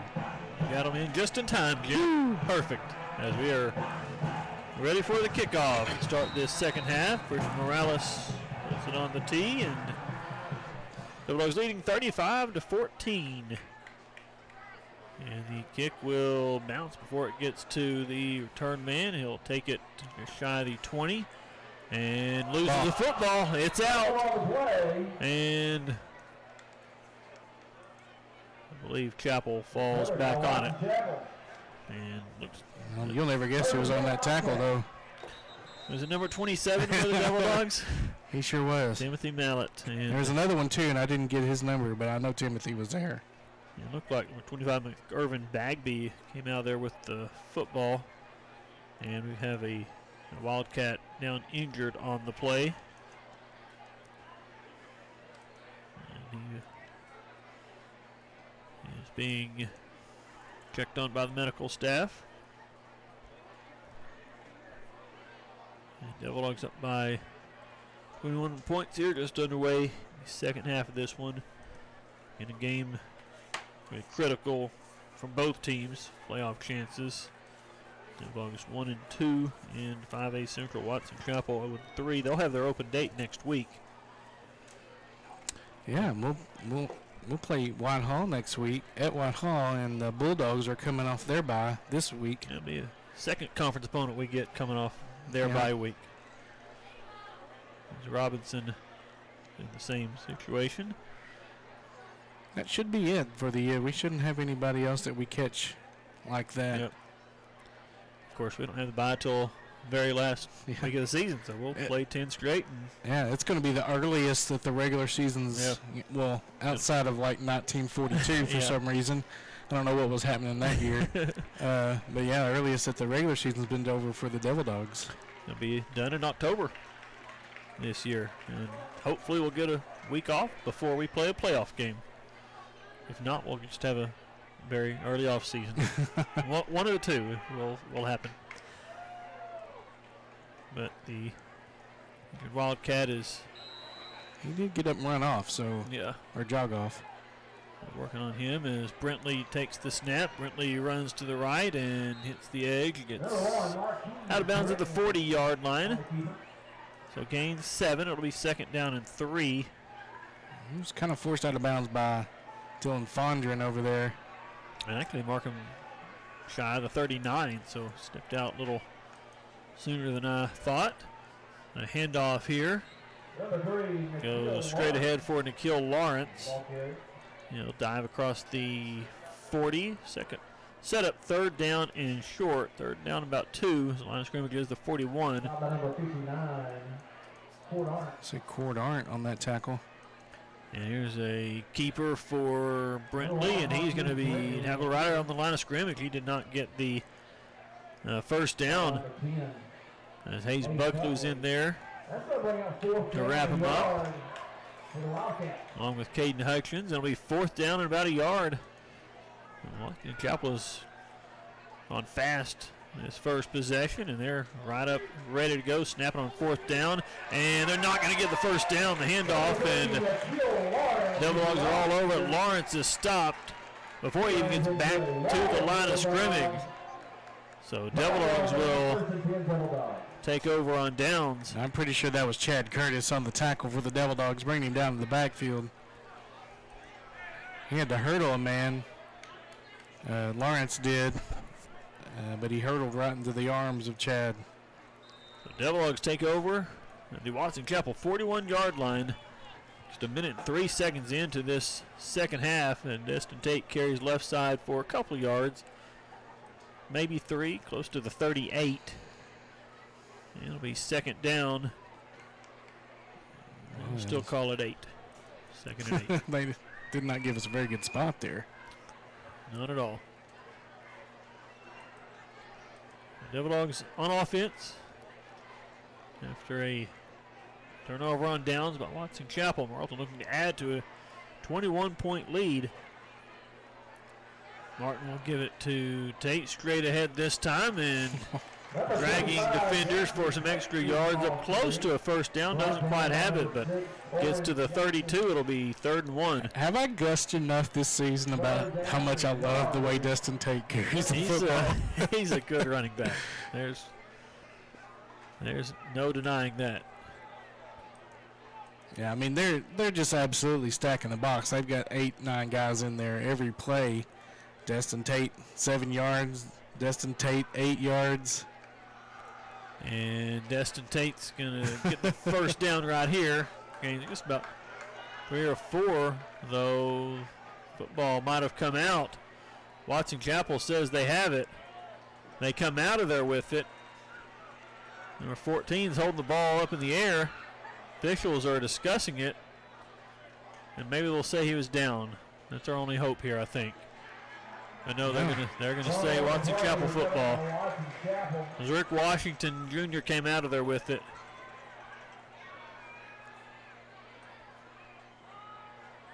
So Devil Dogs turn it over.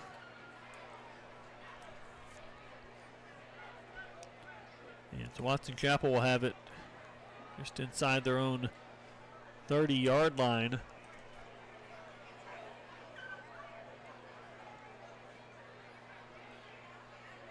As Destin Tate has helped to his feet.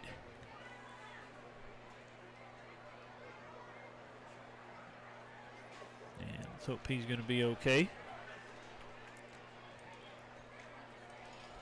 He bragged on him, and then he has the fumble. Well, that's what happens. A commentator's curse. Yep. It is shaken up, and again, so key to this offense. So hope he doesn't look to be anything major the way he's walking off. So let's hope for the best. The Watson Chapel has possession again. 9:22 left in this third quarter. Still 35-14. They go from our right to left in this third quarter. And they will fake the handoff here. This pass is going to be caught by Madison. He is tackled immediately by Caleb McEwen. It'll be a really good spot that they're going to give Watson Chapel up to the 32. So get about 4 yards on the play. 2nd and 6. They will hand it off this time, and running back is stopped as Hutchins and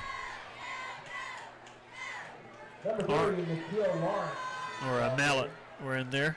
There's Lawrence on the carry, and he actually loses a yard, so 3rd down and 6. Back at the 31 now. And Brentley to throw down the field, and this one incomplete, but we're going to have a flag, and it's going to be pass interference on Dylan Feingren. He just didn't turn his head around. The pass was not a good one. It was short. And Feingren certainly prevented the receiver from being able to come back to get it. If he had turned his head, he probably would have picked it off. Yeah, so that yardage will give Watson Chapel a 1st down. And they'll have it up the 46-yard line. 1st and 10 from there. Ball on the left hash. And Devil-Dogs with a 21-point lead. We're in this third quarter. A little play action and a run for Brentley, looking for blockers down the field. He's got a big run all the way near the 30, where he steps out of bounds. And they faked the set on that option. Brentley pulled it in, and there was no one on the outside for the Devil-Dogs that broke outside containment and got that 1st down. It's all the way to 29 of Morrilton. Devil-Dogs think going to have to burn a timeout. Some guys coming off late and didn't ever get 6-rated defensively, so an early timeout called by the Devil-Dogs. 8:13 left in this third quarter. 35-14, Morrilton with the lead, but Watson Chapel has it at the 29-yard line. 1st and 10 when we come back in 30 seconds on KVOM. Here's to the fearless fight. The comeback. The battle against all odds. For some, it's taking the first step. For others, it's forging a new path. A chance to prove to ourselves what we're really made of. And with the name trusted in insurance for more than 70 years, even a battered spirit can come back stronger. Arkansas Blue Cross and Blue Shield. Live fearless. 8:13 left to go third quarter. 35-14, Devil-Dogs with the lead. 1st and 10 for Watson Chapel. They're still working on Destin Tate as he's sitting on the bench on the sidelines.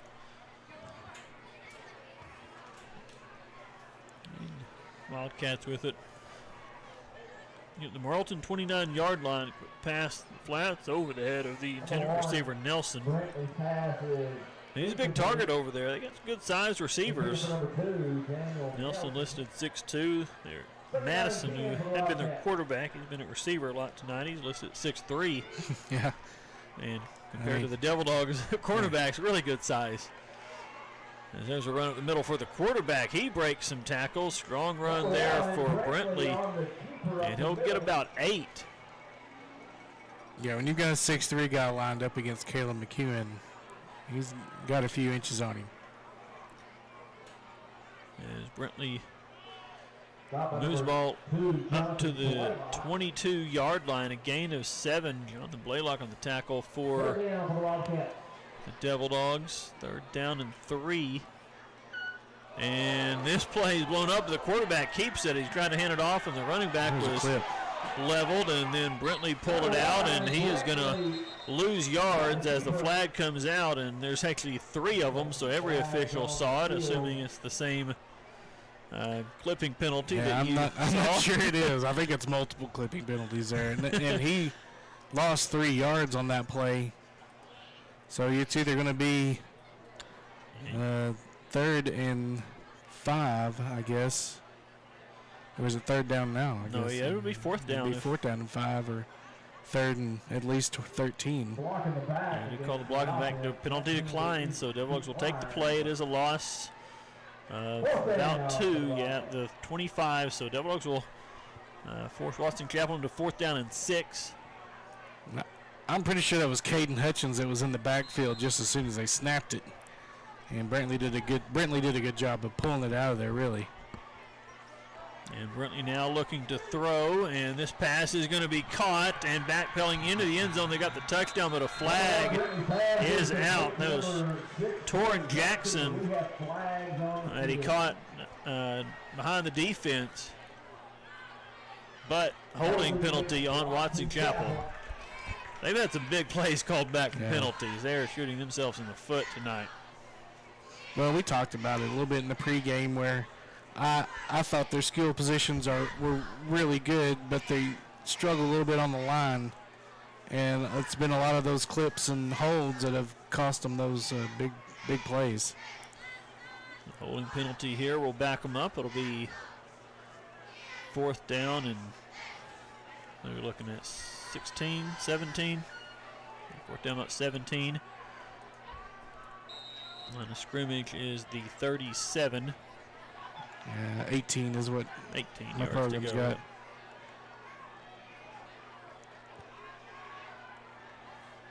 If they got to get to the 19. And Brentley, the snap, Mallett's in the backfield. Brentley escapes, now launches to the end zone, and this one is incomplete.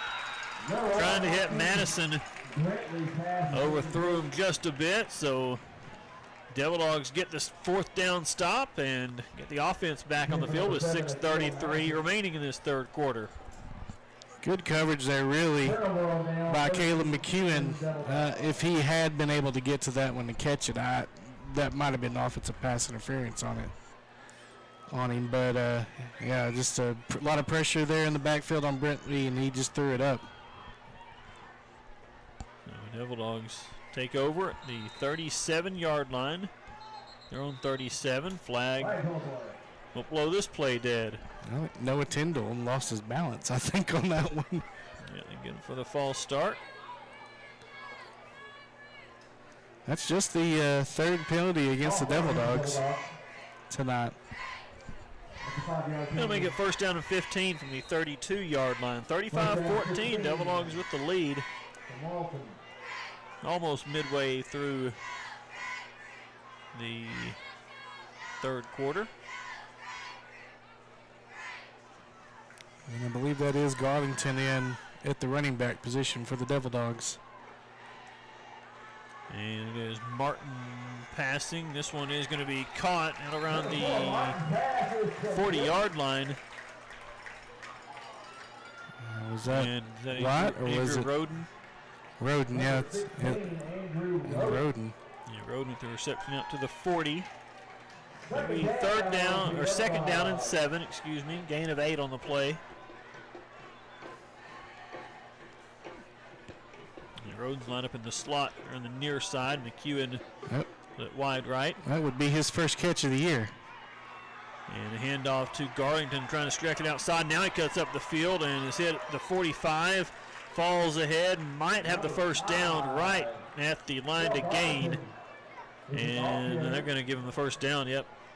Move those chains, 1st and 10 for the Devil Dogs. Gain of 7 on the carry for Terrell Garlington.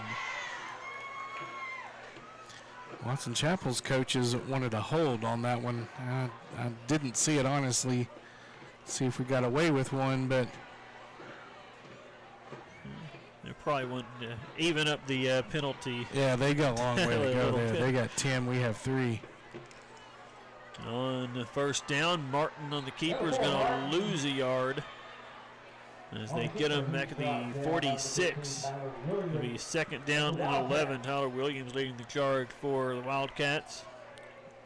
And they were just in the backfield as quickly as we could snap it on that one. Second down for the Bulldogs. Second and 11. And Martin gives this one to Garlington. Again, nowhere to go. No gain on that play. Third down and 11 now. Washington with that tackle for Wildcats. Line of scrimmage at the Morrilton 46-yard line. Third down and 11. No one scored in this third quarter. Still 35-14. Devil Dogs with the lead. And Martin, pressure from behind, but he gets rid of it. McEwen is the intended receiver, but it's broken up by Akil Madison. Incomplete, and Devil Dogs will have to punt. Trying to get McEwen down the sideline there, and it's a little bit more inside than it needed to be. Couldn't get to it, so that'll bring out Caden Hutchins to punt.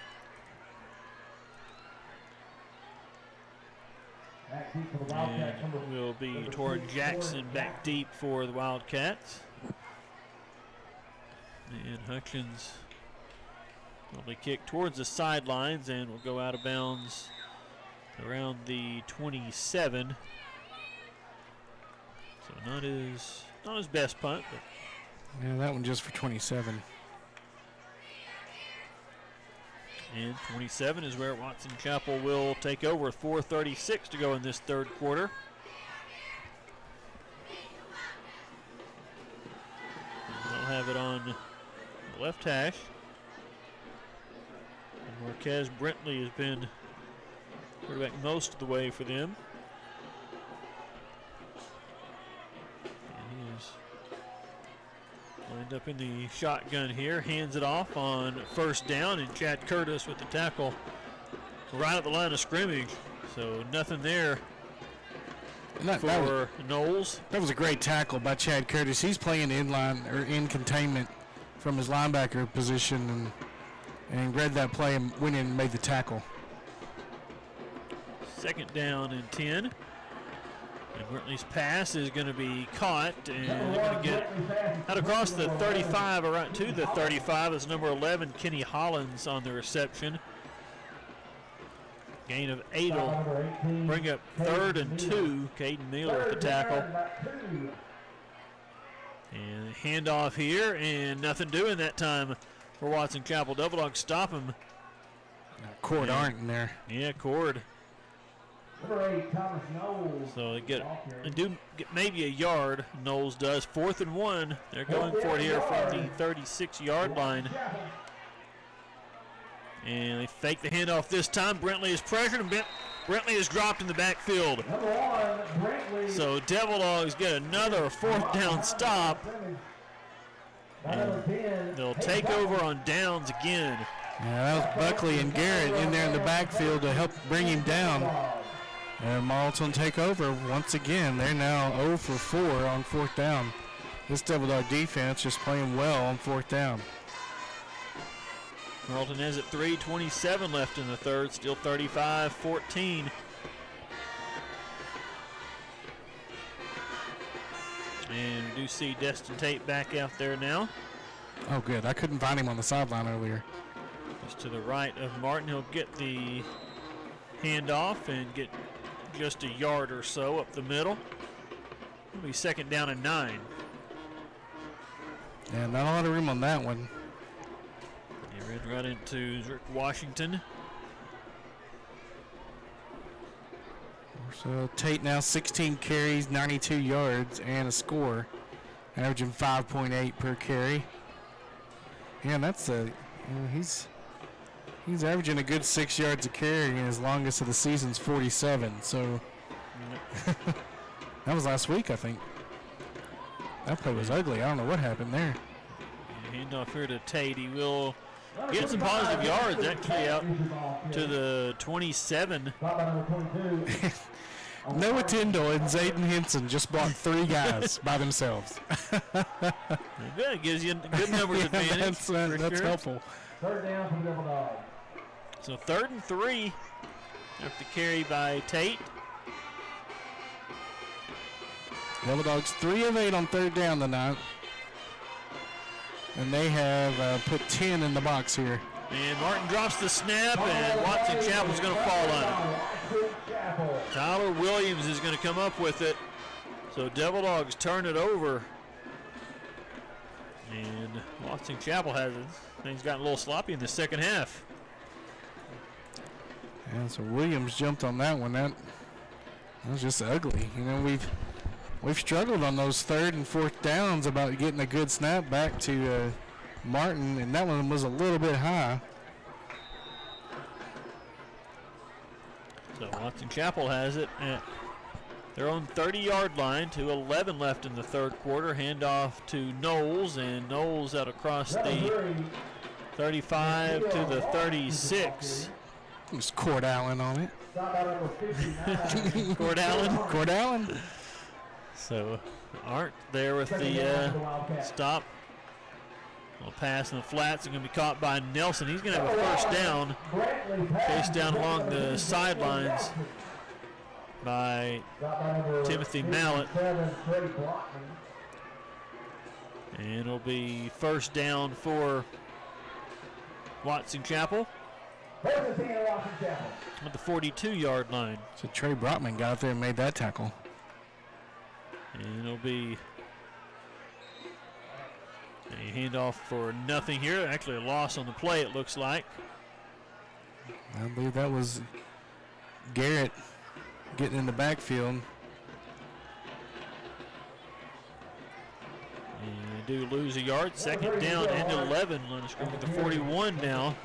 Minute 20 left in this 3rd quarter. Still 35-14. Devil Dogs on top.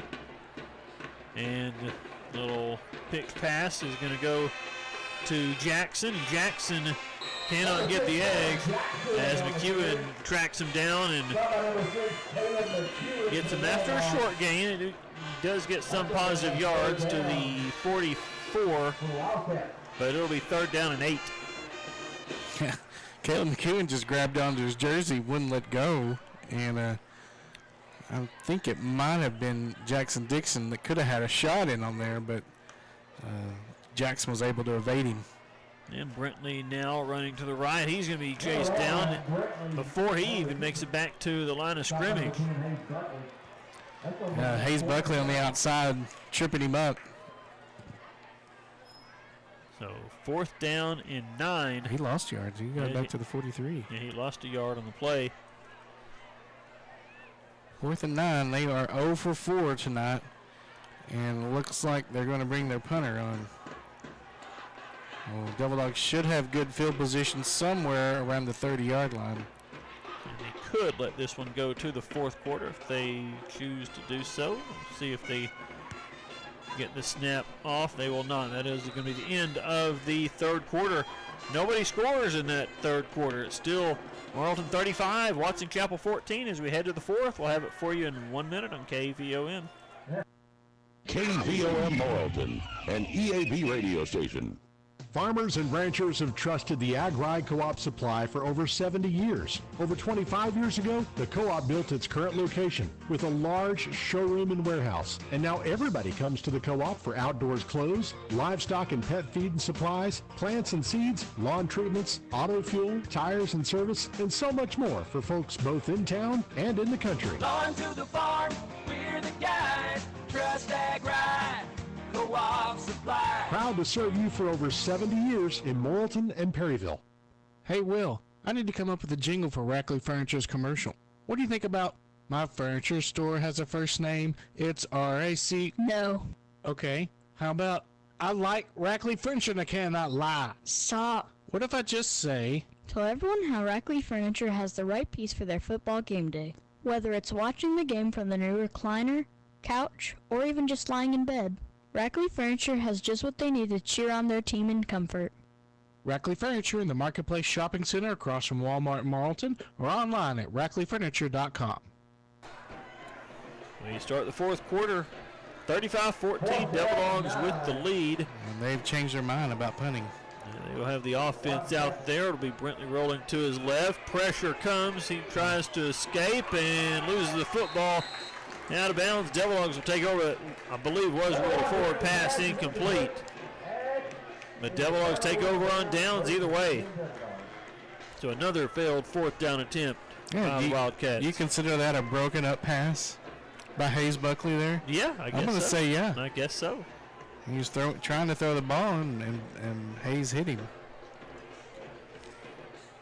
So Devil Dogs have it at the Watson Chapel 43-yard line. Just underway in this fourth quarter. And Martin handoff to Garlington. He's back in the backfield, and Tyler Williams has had quite a game for Watson Chapel. Yeah, he's linebacker spot and turned it on here in the second half. He stops Garlington in the backfield, a 1-yard loss on the play at second down and 11.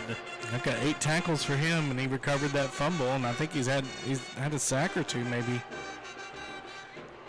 What? We had was that Cody on the field? No, not anymore, but yeah. I think he looked upset about. He's got his arms crossed. I've seen him look mad before. He's mad about something.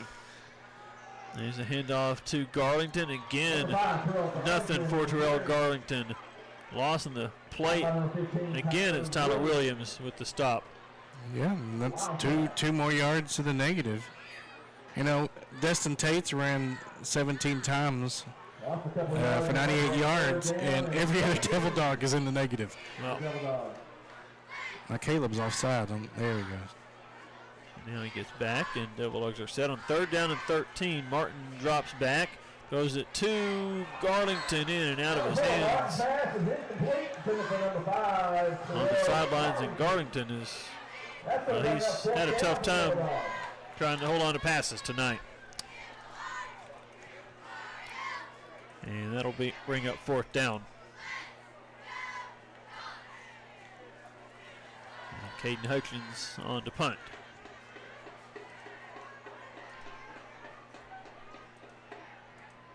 And Torrin Jackson back deep for Wildcats. Good high kick this time for Hutchins. Will take a sideways bounce out of bounds around the 15-yard line. And it'll be a 31-yard punt. Yes. And Watson Chapel will take over at their own 15-yard line. 10:25 to play. Still 35-14. That was the halftime score. Devil Dogs have turned it over a couple times in the second half. Watson Chapel's lost it on downs a few times. And their offense is back on the field here. And their trips to the far side here. Shotgun. And it will be a handoff, and it'll go for about 3 yards. It was Timothy Mallett went low to get Knowles to the ground. Caden Hutchins cut his feet out there. And then Mallett came to finish him off. Only a pick up a 2. So second down and 8. Fake it to Knowles and passing him incomplete. Trying to hit number 11 Kenny Hollins in the middle of the field, right around the first down marker, but he couldn't bring it in, and it'll be third down and 8. And they're 1 of 11. Neither team's had a good third down. They're 1-11 tonight. Devil Dogs 3 of 10. And pass here is going to be intercepted. That is Caleb McEwen again. So have yourself a night, Caleb McEwen. My goodness. They're trying to hit Nikhil Madison. He's off the mark and right into the arms of McEwen with the diving interception. So he has caught 3 touchdown passes, now has 2 interceptions in the game. So he's had a decent night. He might get all the free meals. He might get every award we have tonight, yes.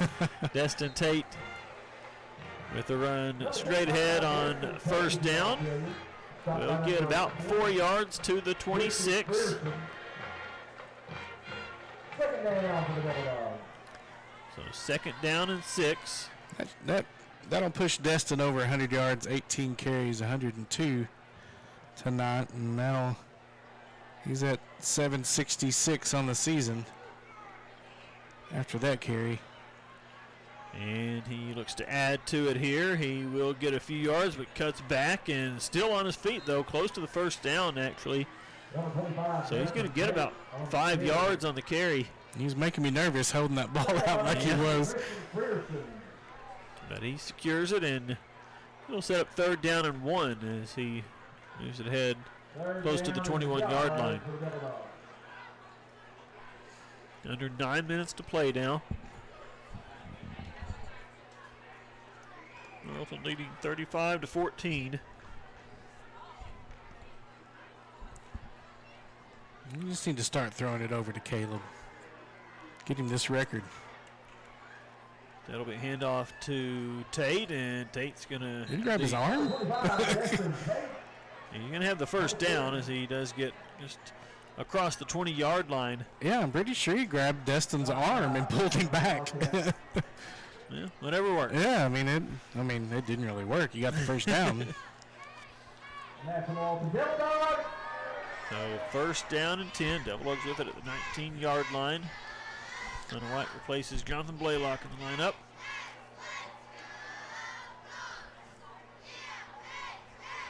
Devil Dogs working the clock a bit here now with this big lead late in this ball game. They do get the snap away and hand it off to. Don't score that way. Be up to the 12, the carry for Caleb McEwen. So you get about 7 yards. It'll be second down and 3. Yeah,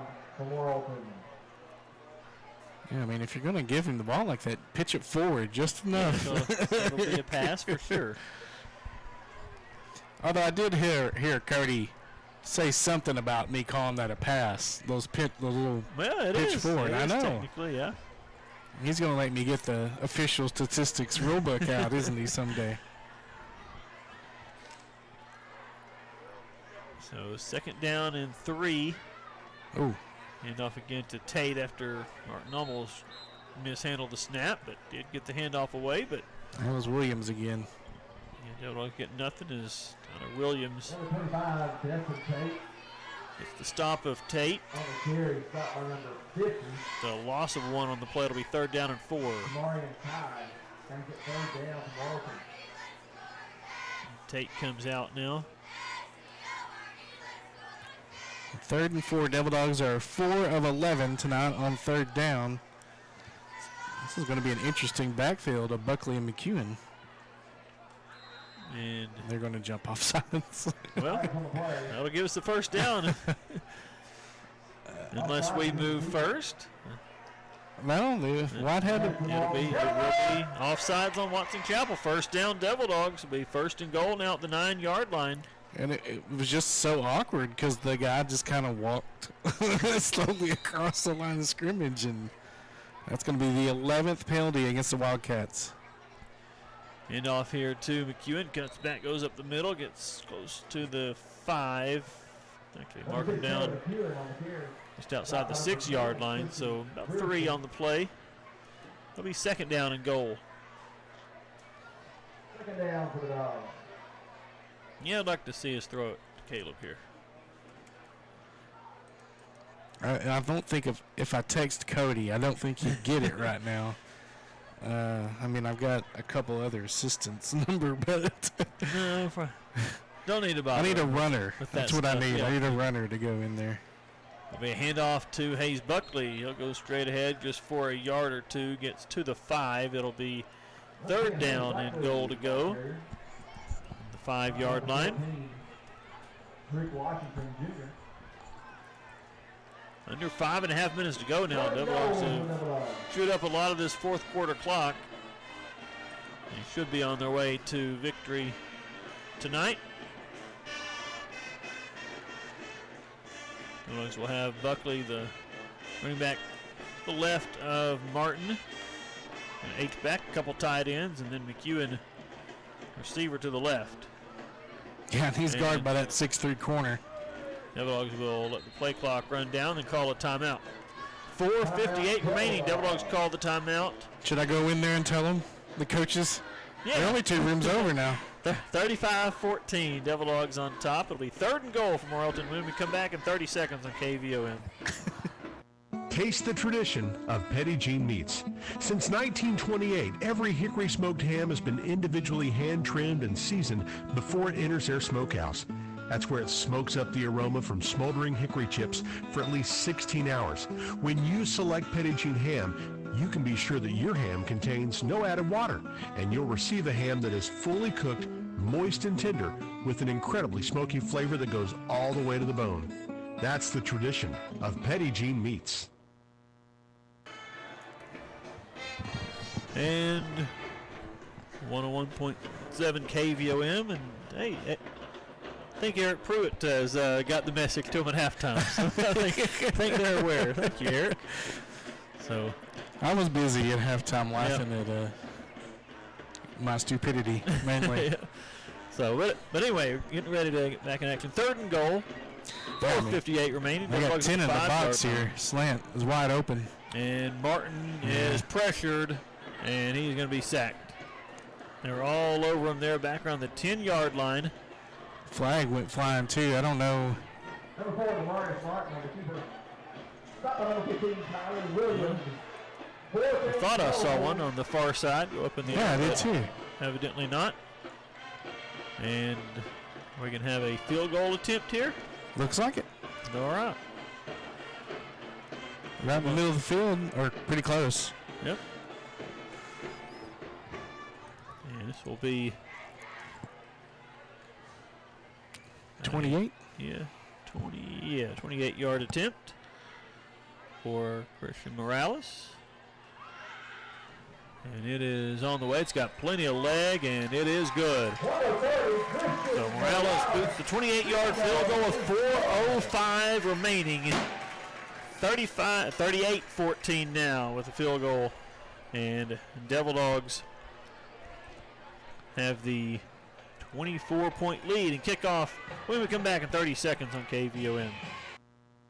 Need a sign for your business? A banner for your fundraiser, church, or party? Hi, this is Jonathan Trafford of 501 Sign and Vinyl. We're a full-service graphic business in Morrilton and can make your signs, banners, window clings, vehicle wraps, and everything in between. We're proud to welcome Brittany Wyndham to our graphic design team. Call us today at 501-208-3667, email us at 501signandvinyl@gmail.com, or message us on Facebook at 501 Sign and Vinyl to see our work.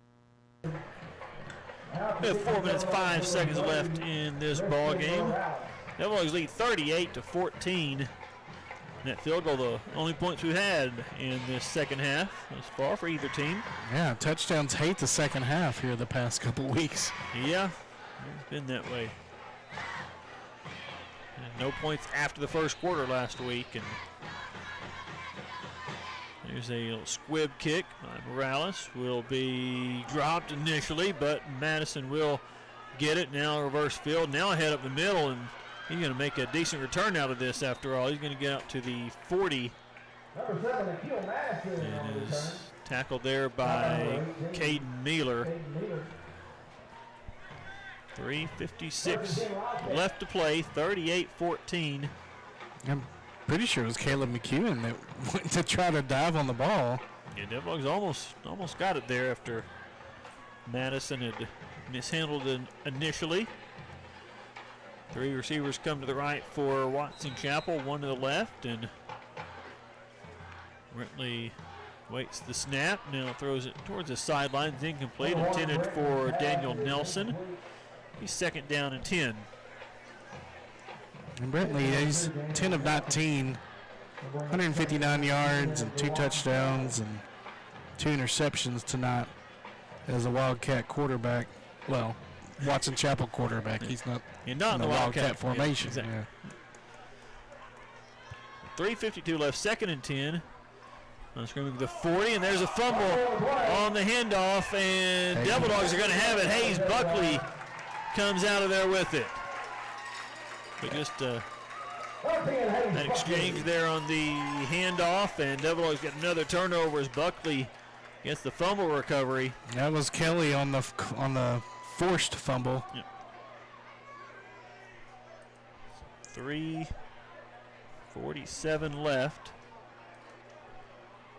38-14 Devil Dogs, and Morrilton takes over at the Watson Chapel 32-yard line.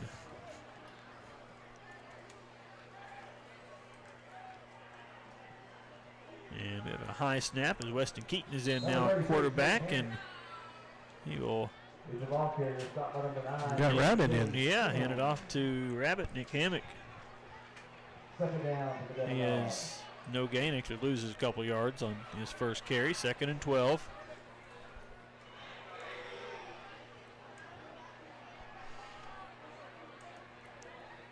Yep, so we've got Keaton in at quarterback. Looks like Kyle Chisholm in at wide receiver.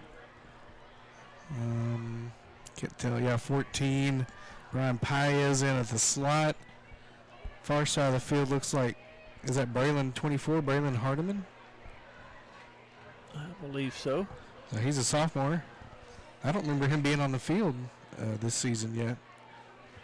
I might have missed him. And it will be 2nd down and 12.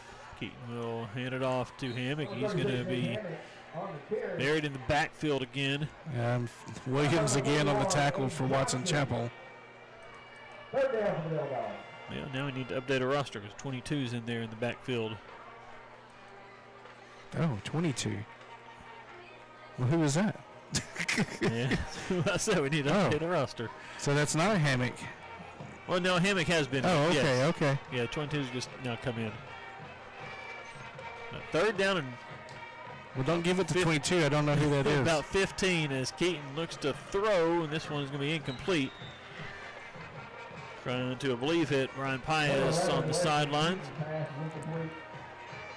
They'll bring up 4th down. And it will be a punt coming for Caden Hutchins. Line of scrimmage, the 37-yard line.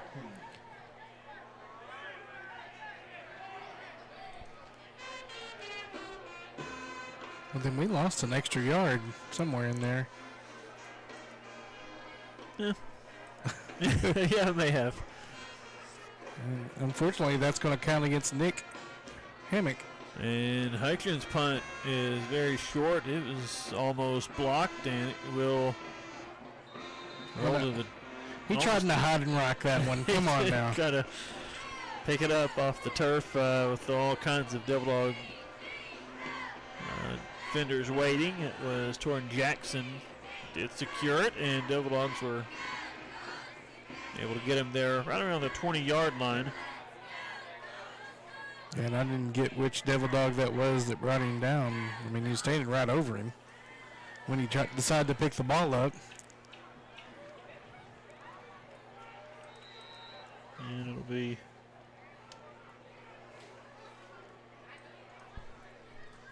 two minutes to play now.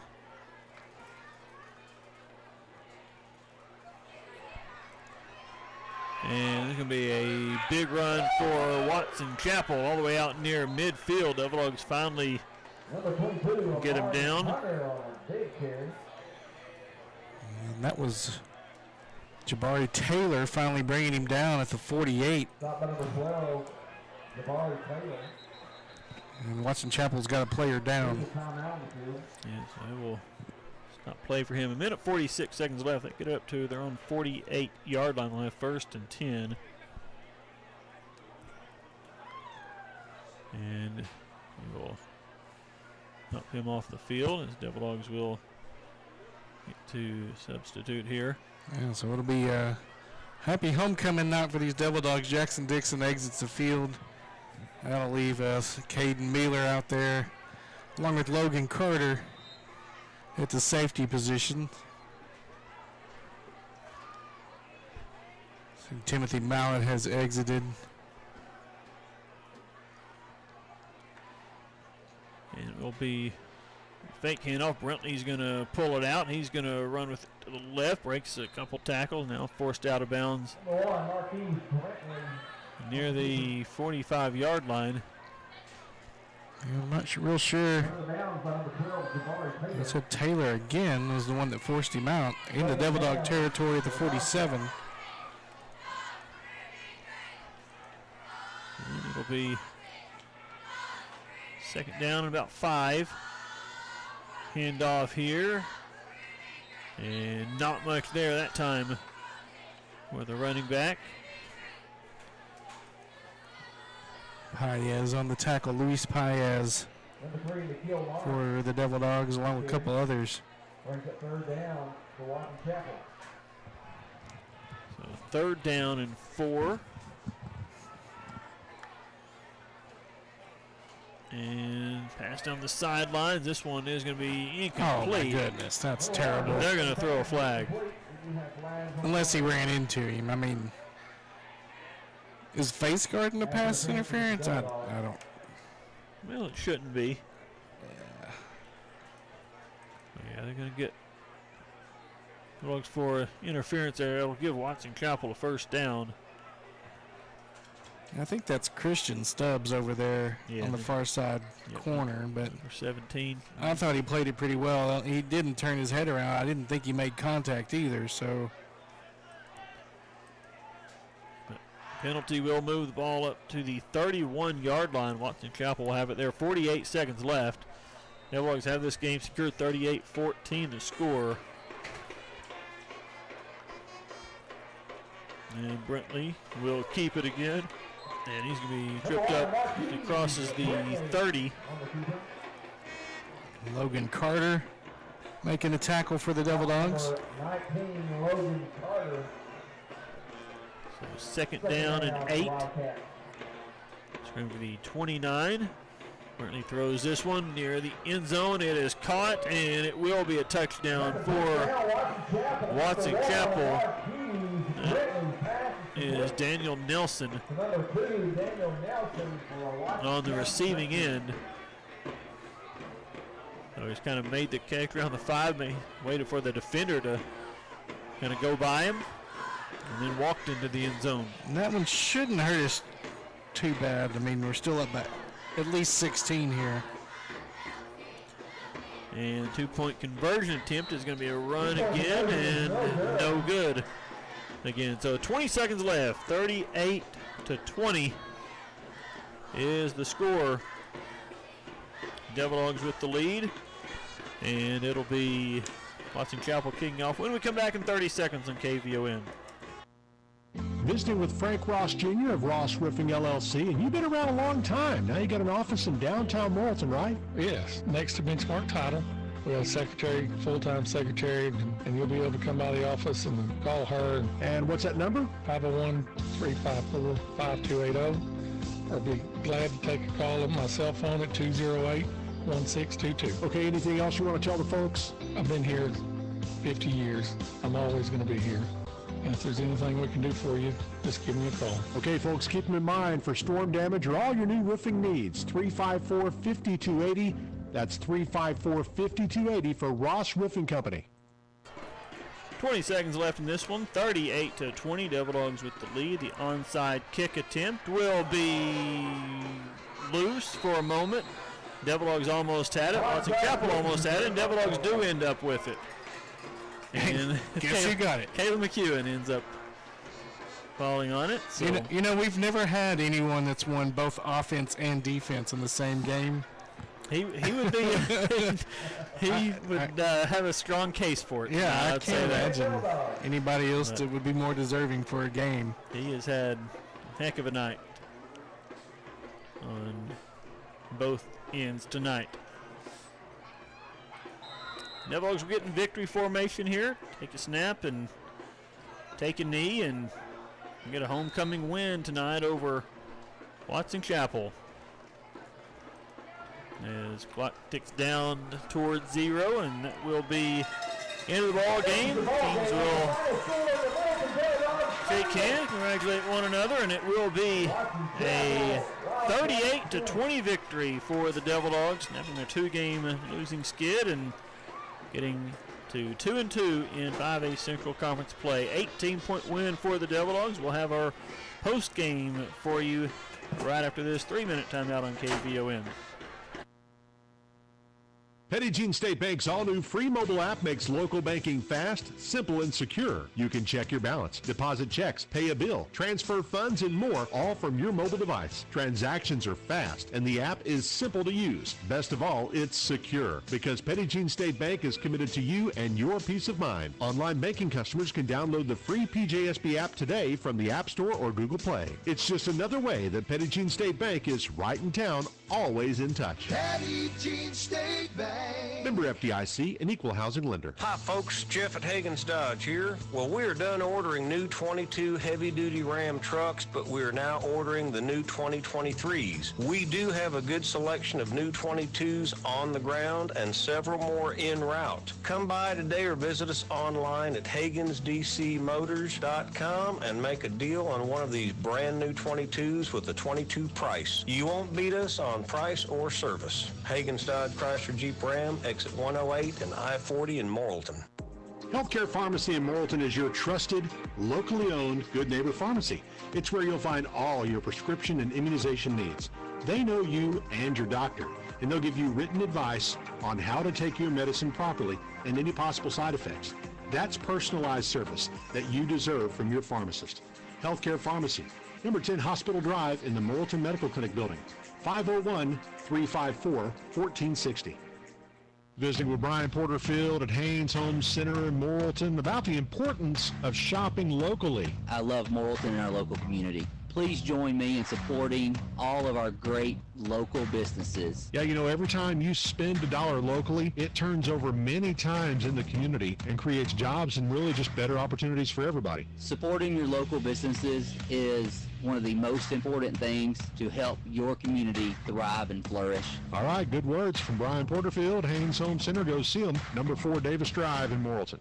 Get moving with Boundless Movement Academy in Morrilton. Boundless Movement Academy has recreational gymnastics and tumbling classes for ages 18 months to 18 years. And they've added a pre-K gymnastics class and a beginner gymnastics class. They emphasize learning basic skills with good technique as a foundation for more advanced skills in a fun, low-stress environment. Visit i-am-boundless.com and scroll down to see the new schedule of offerings. And follow Boundless Movement Academy on Facebook and Instagram to learn more. You've got the skills to take care of your own car, truck, and Spates Auto Parts has what you need to get it done.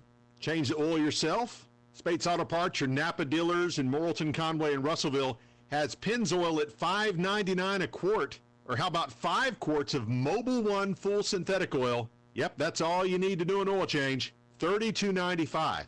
How about new wipers? Premium Trico wiper blades, $15 a pair. Spates Auto Parts, your Napa stores in Morrilton, Conway, and Russellville. 101.7 KVOM. We are back inside the Haynes Home Center broadcast booth at Devil Dog Stadium on Motley Contractors Field. The Devil Dogs are celebrating a 38-20 win on homecoming over Watson Chapel in 5A Central Conference play. So the Devils needed to get back on the winning track and did what they needed to do tonight against the Wildcats. And Jim, quite a bit of stats to go over, I guess. Yeah, there's a lot going on here tonight. Let's start with the scoring summary. Scroll up to my top here, and well, there's a lot of points scored in the first half. We'll say that. The second half, not so much. It's going to go a lot quicker. But Devil Dogs got on the board first at 10:47 in the first quarter. Demarius Martin passed to Caleb McEwen from 47 yards out, and Christian Morales kicked the extra point. It was 7-0 Morrilton. Watson Chapel answered on a 6-play, 69-yard drive that was capped by a 27-yard touchdown pass at the 9:08 mark of the first quarter from Marquez Brentley to Daniel Nelson. Nikhil Lawrence ran it in for 2, and Watson Chapel had an 8-7 lead. And then Morrilton pretty much took control after that. Martin passed again to McEwen, this time from 31 yards out for the score at 1:36 in the first quarter. Morales kicked the extra point. It was 14-8 Devil Dogs. Destin Tate carried it in from 15 yards out at 9:46 in the second quarter. Morales kicked the extra point. It was 21-8 Morrilton. Watson Chapel did get on the board again with a 75-yard touchdown pass from Marquez Bentley to Nikhil Lawrence. At 8:39 in the second quarter, Devil Dogs are going for interception, just missed it, and Lawrence went down the sideline for an easy touchdown for the Wildcats. The win for two was no good, 21-14 Morrilton at that point. And then two scores right before the half. Martin carried it in from 10 yards out at 3:01 in the second quarter. Morales kicked the extra point, and then Martin again, the third touchdown of the first half to Caleb McEwen. This one from 9 yards out and 32 seconds left in the half. Morales' extra point gave us our halftime score of 35-14. It was a scoreless third quarter, and then finally it was broken in the second half by Christian Morales' first field goal as a Devil Dog, a 28-yarder, good at 4:05 left in the game. That made it 38-14 Devil Dogs. And then 20 seconds before the final gun, Brentley found Daniel Nelson in the end zone from 29 yards out. They went for two. It was no good. And the game ended 38-20. There was a lot of possessions in this ball game. 32 total. I think I told you 33 a while ago, but it was 32. I've got to fix one once we get down to it. But it's a lot of 3 and outs, punts, and touchdowns, and everything in between. And fourth down failures tonight. Team stats: Devil Dogs 14 first downs, 86 yards rushing, 122 yards passing. So 60 plays for 208 yards, and you're thinking that's not a lot of yards. Yeah. Well, we started on Watson Chapel's side of the field a lot tonight. Not on at the 15 once. Yeah. Quite a few times. The 31 one time, I do remember that. So not a lot of numbers piled up for the Devil Dogs, but a lot of points. Watson Chapel 13 first downs, 127 yards rushing, 188 yards passing, 63 plays for 315 yards for them. They had a penalty problem. It was 11 for 90. Devil Dogs only 4 for 45. They turned the ball over twice on interceptions and once on a fumble. Devil Dogs also had 3 turnovers tonight. Third down conversions, wow. Devil Dog defense, amazing. 1 of 12 is what they held Watson Chapel to on third down tonight, and 0 for 5 on fourth down. Just a great job by them, by our defense. Morrilton was 5 of 13 on third and 0 for 1 on fourth down. Morrilton 4 of 4 on fourth down. 4 of 4 on red zone conversions. 3 touchdowns and a field goal. I believe that's the first time this year. I don't remember exactly, but we haven't hit 100% every game, I don't think, or any game, I don't think. Okay. But we'll see. Rushing individually, Destin Tate, 21 carries, 108 yards, and a touchdown. He led the way for the Devil Dogs offensively, really, unless you want to consider Caleb McEwen tying a school record. I mean, So, rushing-wise, it wasn't all that pretty. McEwen did become a Devil Dog that got in the positive rushing the football, 2 carries for 9 yards. Hayes Buckley got in there with a carry for 1 yard. Terrell Garlington, 6 carries for 0. Nick Hammock, 2 carries for -5. Had a team rush on the down on the final play for -5.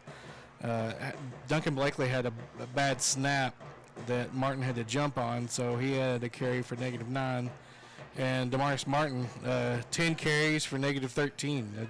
There were no holes open for Demarius when he tried to run with the football. They're not really. Martin did throw it pretty well, though. He was 8 of 15 and over 50%, 122 yards, 3 touchdowns, and an interception, but he was sacked 3 times tonight. Caleb McEwen, 5 catches, 103, tying the school record for 3 touchdown passes in the game, with about 6 other guys now. Hunter White caught a pass for 15, and Drew Roden caught his first pass of the season for 8 yards, and Destin Tate caught 1, but he lost lost 4 yards on that one. Caden Hutchins punted 5 times. He averaged a little under 30 yards per punt, had 1 inside the 20, but again, he was punting from the wrong side of the field to get a lot of yards too for most of the game. Defensively, I've got Caleb McEwen, of course, leading the way, along with Caden Hutchins. They both finished with 7 tackles. McEwen, he scored 3 touchdowns on offense, picked off 2 passes, led the team in tackles with 7, along with Caden Hutchins. That's right now, we'll go back in there, and Hutchins might pick up one and pass him eventually tonight. But I got Hutchins with 7, 2.5 tackles for loss. Timothy Mallett, 6 tackles, 1.5 tackles for loss. Chad Curtis, 5 tackles, 3 tackles for loss tonight. Jackson Dixon, 5 tackles and a tackle for loss. Hayes Buckley, 5 tackles, 1.5 tackles for loss, a fumble recovery, and a pass breakup. Cord Arndt, 4 tackles tonight. That might be a season high for Cord. And Harold Kelly had a good game, 4 tackles, 2.5 tackles for loss, and a forced fumble tonight. Dylan Fondren finished with 3 tackles, 2 tackles each for Terrell Garlington, Caden Miller, Jabari Taylor, and Luke Garrett. Luke Garrett had 1.5 tackles for loss, and that's Caden Miller had a pass breakup. And then 1 tackle each for Jonathan Blaylock, Trey Brockman, Logan Carter, and Luis Paez for the Devil Dogs. All right. Some good deal. Good stuff. And speaking of good stuff, Colton Steakhouse does offensive and defensive players of the game. So the guys are going to be enjoying a nice meal, the $15 gift card, and a T-shirt. And for Colton's offensive player of the game tonight, what do you say we go with Caleb McEwen? Yeah, I mean, hey, he only had 9 rushing yards tonight, so, and his long was 7. So, but he did catch 5 passes, 103 yards and 3 touchdowns tonight for Caleb McEwen. So very, very good night for him. And we had talked about he could very well have gotten the defensive player of the game as well. He could have gotten $30 in gift cards. He could have, but we're not gonna give it the same guy. For both, we're gonna spread them around a little bit. So we're gonna go with Caden Hutchins for the Colton's defensive player of the game. And he finished with the lead, or tied with the lead with Caleb for tackles, 7, 2.5 tackles for loss. That's second on the team tonight.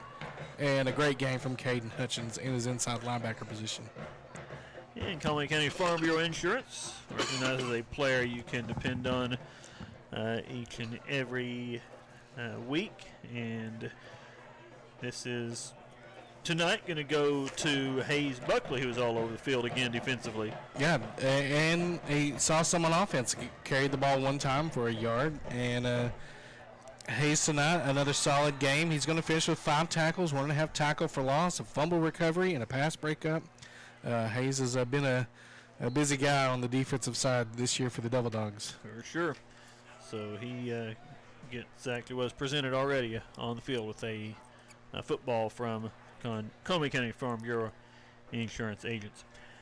And so those are the awards. We do have our, of course, Dixon Family Dental Big Smile play of the game, and actually had a lot of big plays in this one on offensive and defense, so could have gone a number of ways here, but we're going to go back to that man again, Caleb McEwen, and it'll be the second of his 3 touchdown passes.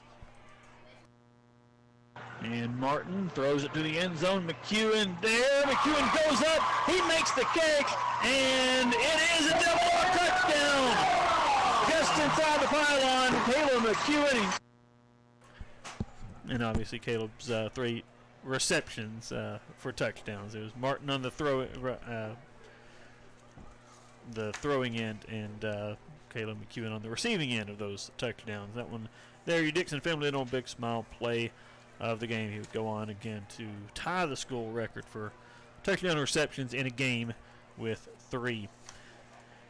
And with that, we'll get another timeout, and we will come back and look at some other scores of interest for you before we wrap things up, and we'll have that after this 2-minute timeout on KVOM. This is Dr. Zach Dixon with Dixon Family Dental of Morrilton. At Dixon Family Dental, exceptional care for our patients and superior dental care for your family is our mission. We strive to understand and focus on your needs by providing all dental services in our office. From the simple checkups all the way to crowns, root canals, and braces, we've got you covered. We also offer IV conscious sedation for our procedures to provide a safer and more comfortable experience. Give the team at Dixon Family Dental a call at 215-4913 or stop by and see us adjacent to Walmart on University Boulevard. Dixon Family Dental proudly salutes the Morrilton High School Devil Dogs in today's game.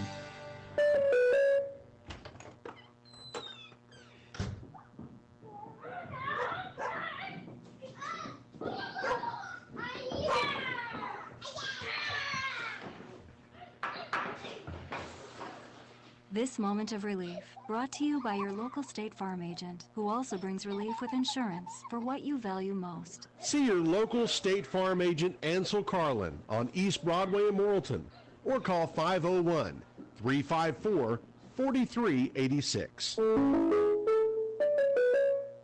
Want increased job security? The University of Arkansas Community College at Morrilton offers 2-year technical and career-specific degrees in a variety of areas. Enter the workforce sooner with highly valued skills that can make you an essential employee. Apply now at uaccm.edu. Did you know most technical training programs at UACCM don't follow the traditional school calendar? That means you can jump in at any time, whenever you're ready to make a career move. Visit uaccm.edu. The Petit Jean Coffee House is a community-focused coffee shop on Petit Jean Mountain. It's in a beautiful location with delicious coffee, comfort food, and plenty of fun being dished out. Let our team of skilled and friendly baristas make you the best cup of coffee, latte, cappuccino, or macchiato you've ever tasted. Not sure what to get? Grab the signature Turtle Rock or Waterfall Latte to sip and enjoy as you take in the sights of Petit Jean Mountain, Morrilton's beautiful backyard. And see the Mercantile inside the coffee house where you'll find USA and Arkansas-made products. Bring your sweetie, your mom, your cousins, a group of old friends. Just hurry up and plan a day on the mountain with a stop at Petit Jean Coffee House in Mercantile. Just 100 feet from the entrance to Petit Jean State Park, Arkansas's first and premier state park. 101.7 KVOM. We're back to wrap things up here as we look at other scores. First, we'll start with the 5A Central. All right, so you got Joe T defeating Valonia 42-3 tonight. That'll move the Senators to 3-0 in conference, 39 tiebreaker points, 4-1 overall. And Valonia fall to 1-2 in conference and 1-4 overall. Who did they beat? They beat Pine Bluff, so they've got 13 tiebreaker points. All right, then you've got Pine Bluff defeating BB tonight, 49-14. Well, that one's a shocker. So Pine Bluff will move to 3-1. They'll have 39 tiebreaker points. They'll move to 4-1 overall. BB now 2-2 in conference, 13 tiebreaker points, and they are 4-2. Devil Dogs pick up a win. They're 2-2 in conference, 26 tiebreaker points, 4-2 overall. Watson Chapel falls to 0-4, no tiebreaker points. They're 1-5 overall. And in the final matchup, Mills defeats Maumelle 30-0, and so Mills now 4-0 in conference. They got 13 more. They've got 41 tiebreaker points, and they're undefeated at 6-0 tonight or this week. Maumelle falling to 0-3 in conference, no tiebreaker points, 2-3 overall. So you've got Mills at number 1 right now, just because they played more conference games, and Joe T. Robinson at 3-0. Pine Bluff sitting in third at 3-1, 39 tiebreaker points. BB and Morrilton tied for fourth at 2-2, and of course BB's got 13 tiebreaker points to the Devil Dogs 26. But when it's a head-to-head situation like that, would be Morrilton would finish in fifth. Whitehall and Valonia are tied at 6th place, 1-2, 13 tiebreaker points, and then Maumelle at 8th. And Watson Chapel at 9th at 0-4. Looking at the surrounding scores, waiting for one to go final. Oh, Grandma, got some bad news. But let's start with some good news. Perryville wins their homecoming matchup against Atkins 42-14. We talked about Hector having a big lead over Conway Christian at the half. Well, Conway Christian came back and defeated the Wildcats tonight 34-30 in Hector. Bauxite defeated Pottsville 34-14. Do not have a score on Little Rock Hall in Dover. Russellville defeated Silent Springs 55-14. A huge win for the Cyclones in Siloam. Dardanelle, I don't have an update since halftime. Dardanelle 33, Pea Ridge 13 at the half. I don't have an update on Two Rivers and Magnet Cove. That one was 43-8 Magnet Cove at the half. I want to imagine that one's over. Conway led North Little Rock 35-0 in the fourth. Greenwood routed Greenbrier 49-21 tonight in Greenbrier. No score on Mayflower and CAC. And Quitman led England 29-22 in the fourth quarter. Then Arkansas Sports Media High School football poll. Number 1, Joe T. Robinson 42-3 over Valonia. Number 2, Little Rock Parkview defeated DeQueen 42-0 last night.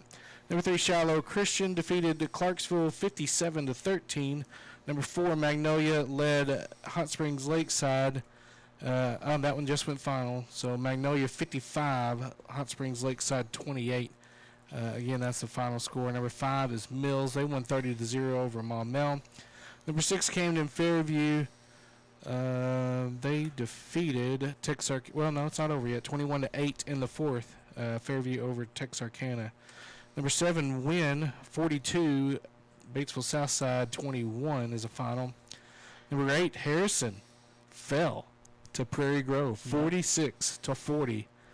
So the Tigers, isn't that Prairie Grove? 46 Tigers pick up a win over the Goblins 46-40. And then number 9, Batesville picks up a win 35-0 over Paragould tonight. Then tomorrow, Razorbacks at 2:30 on CBS against Alabama. Southern Nazarene playing at Arkansas Tech at 2 p.m. Austin P at UCA at 4 p.m. And then ULM at ASU at 6 p.m. And then the North London Derby, Eric. Come on, you Spurs. Tottenham taking on Arsenal at the Emirates at 6:30 in the morning on NBC. I'll take your word for it.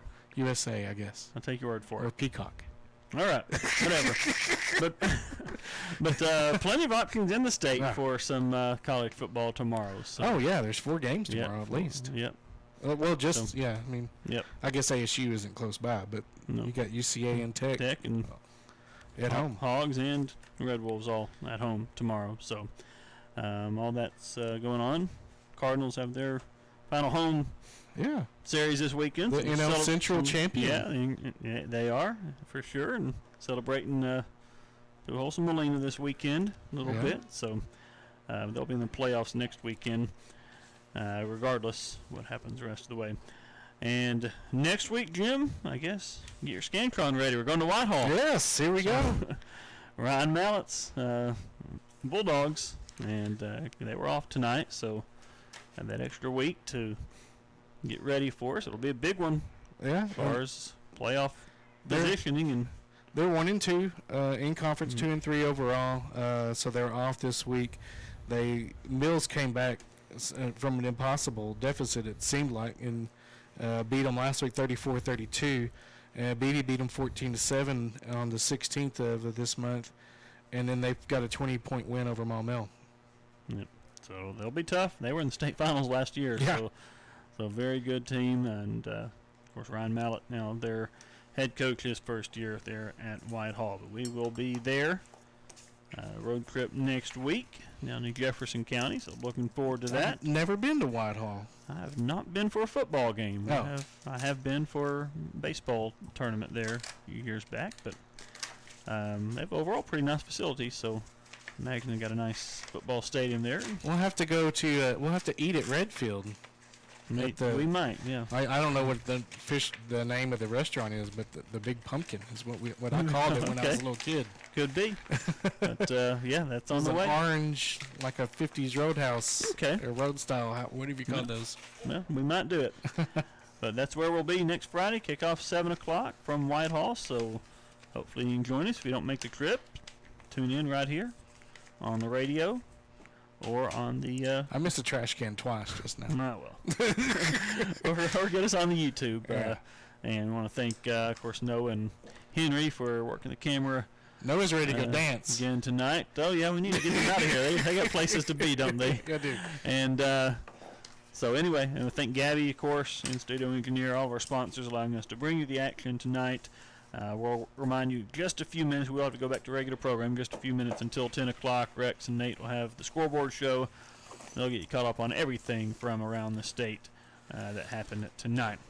So, Jim, thank you so much. Again, 38-20, Devil Dogs defeat Watson Chapel on homecoming tonight. Morrilton now 4-2 overall, 2-2 in 5-8 Central Conference play. And that'll do it for tonight from Devil Dog Stadium. And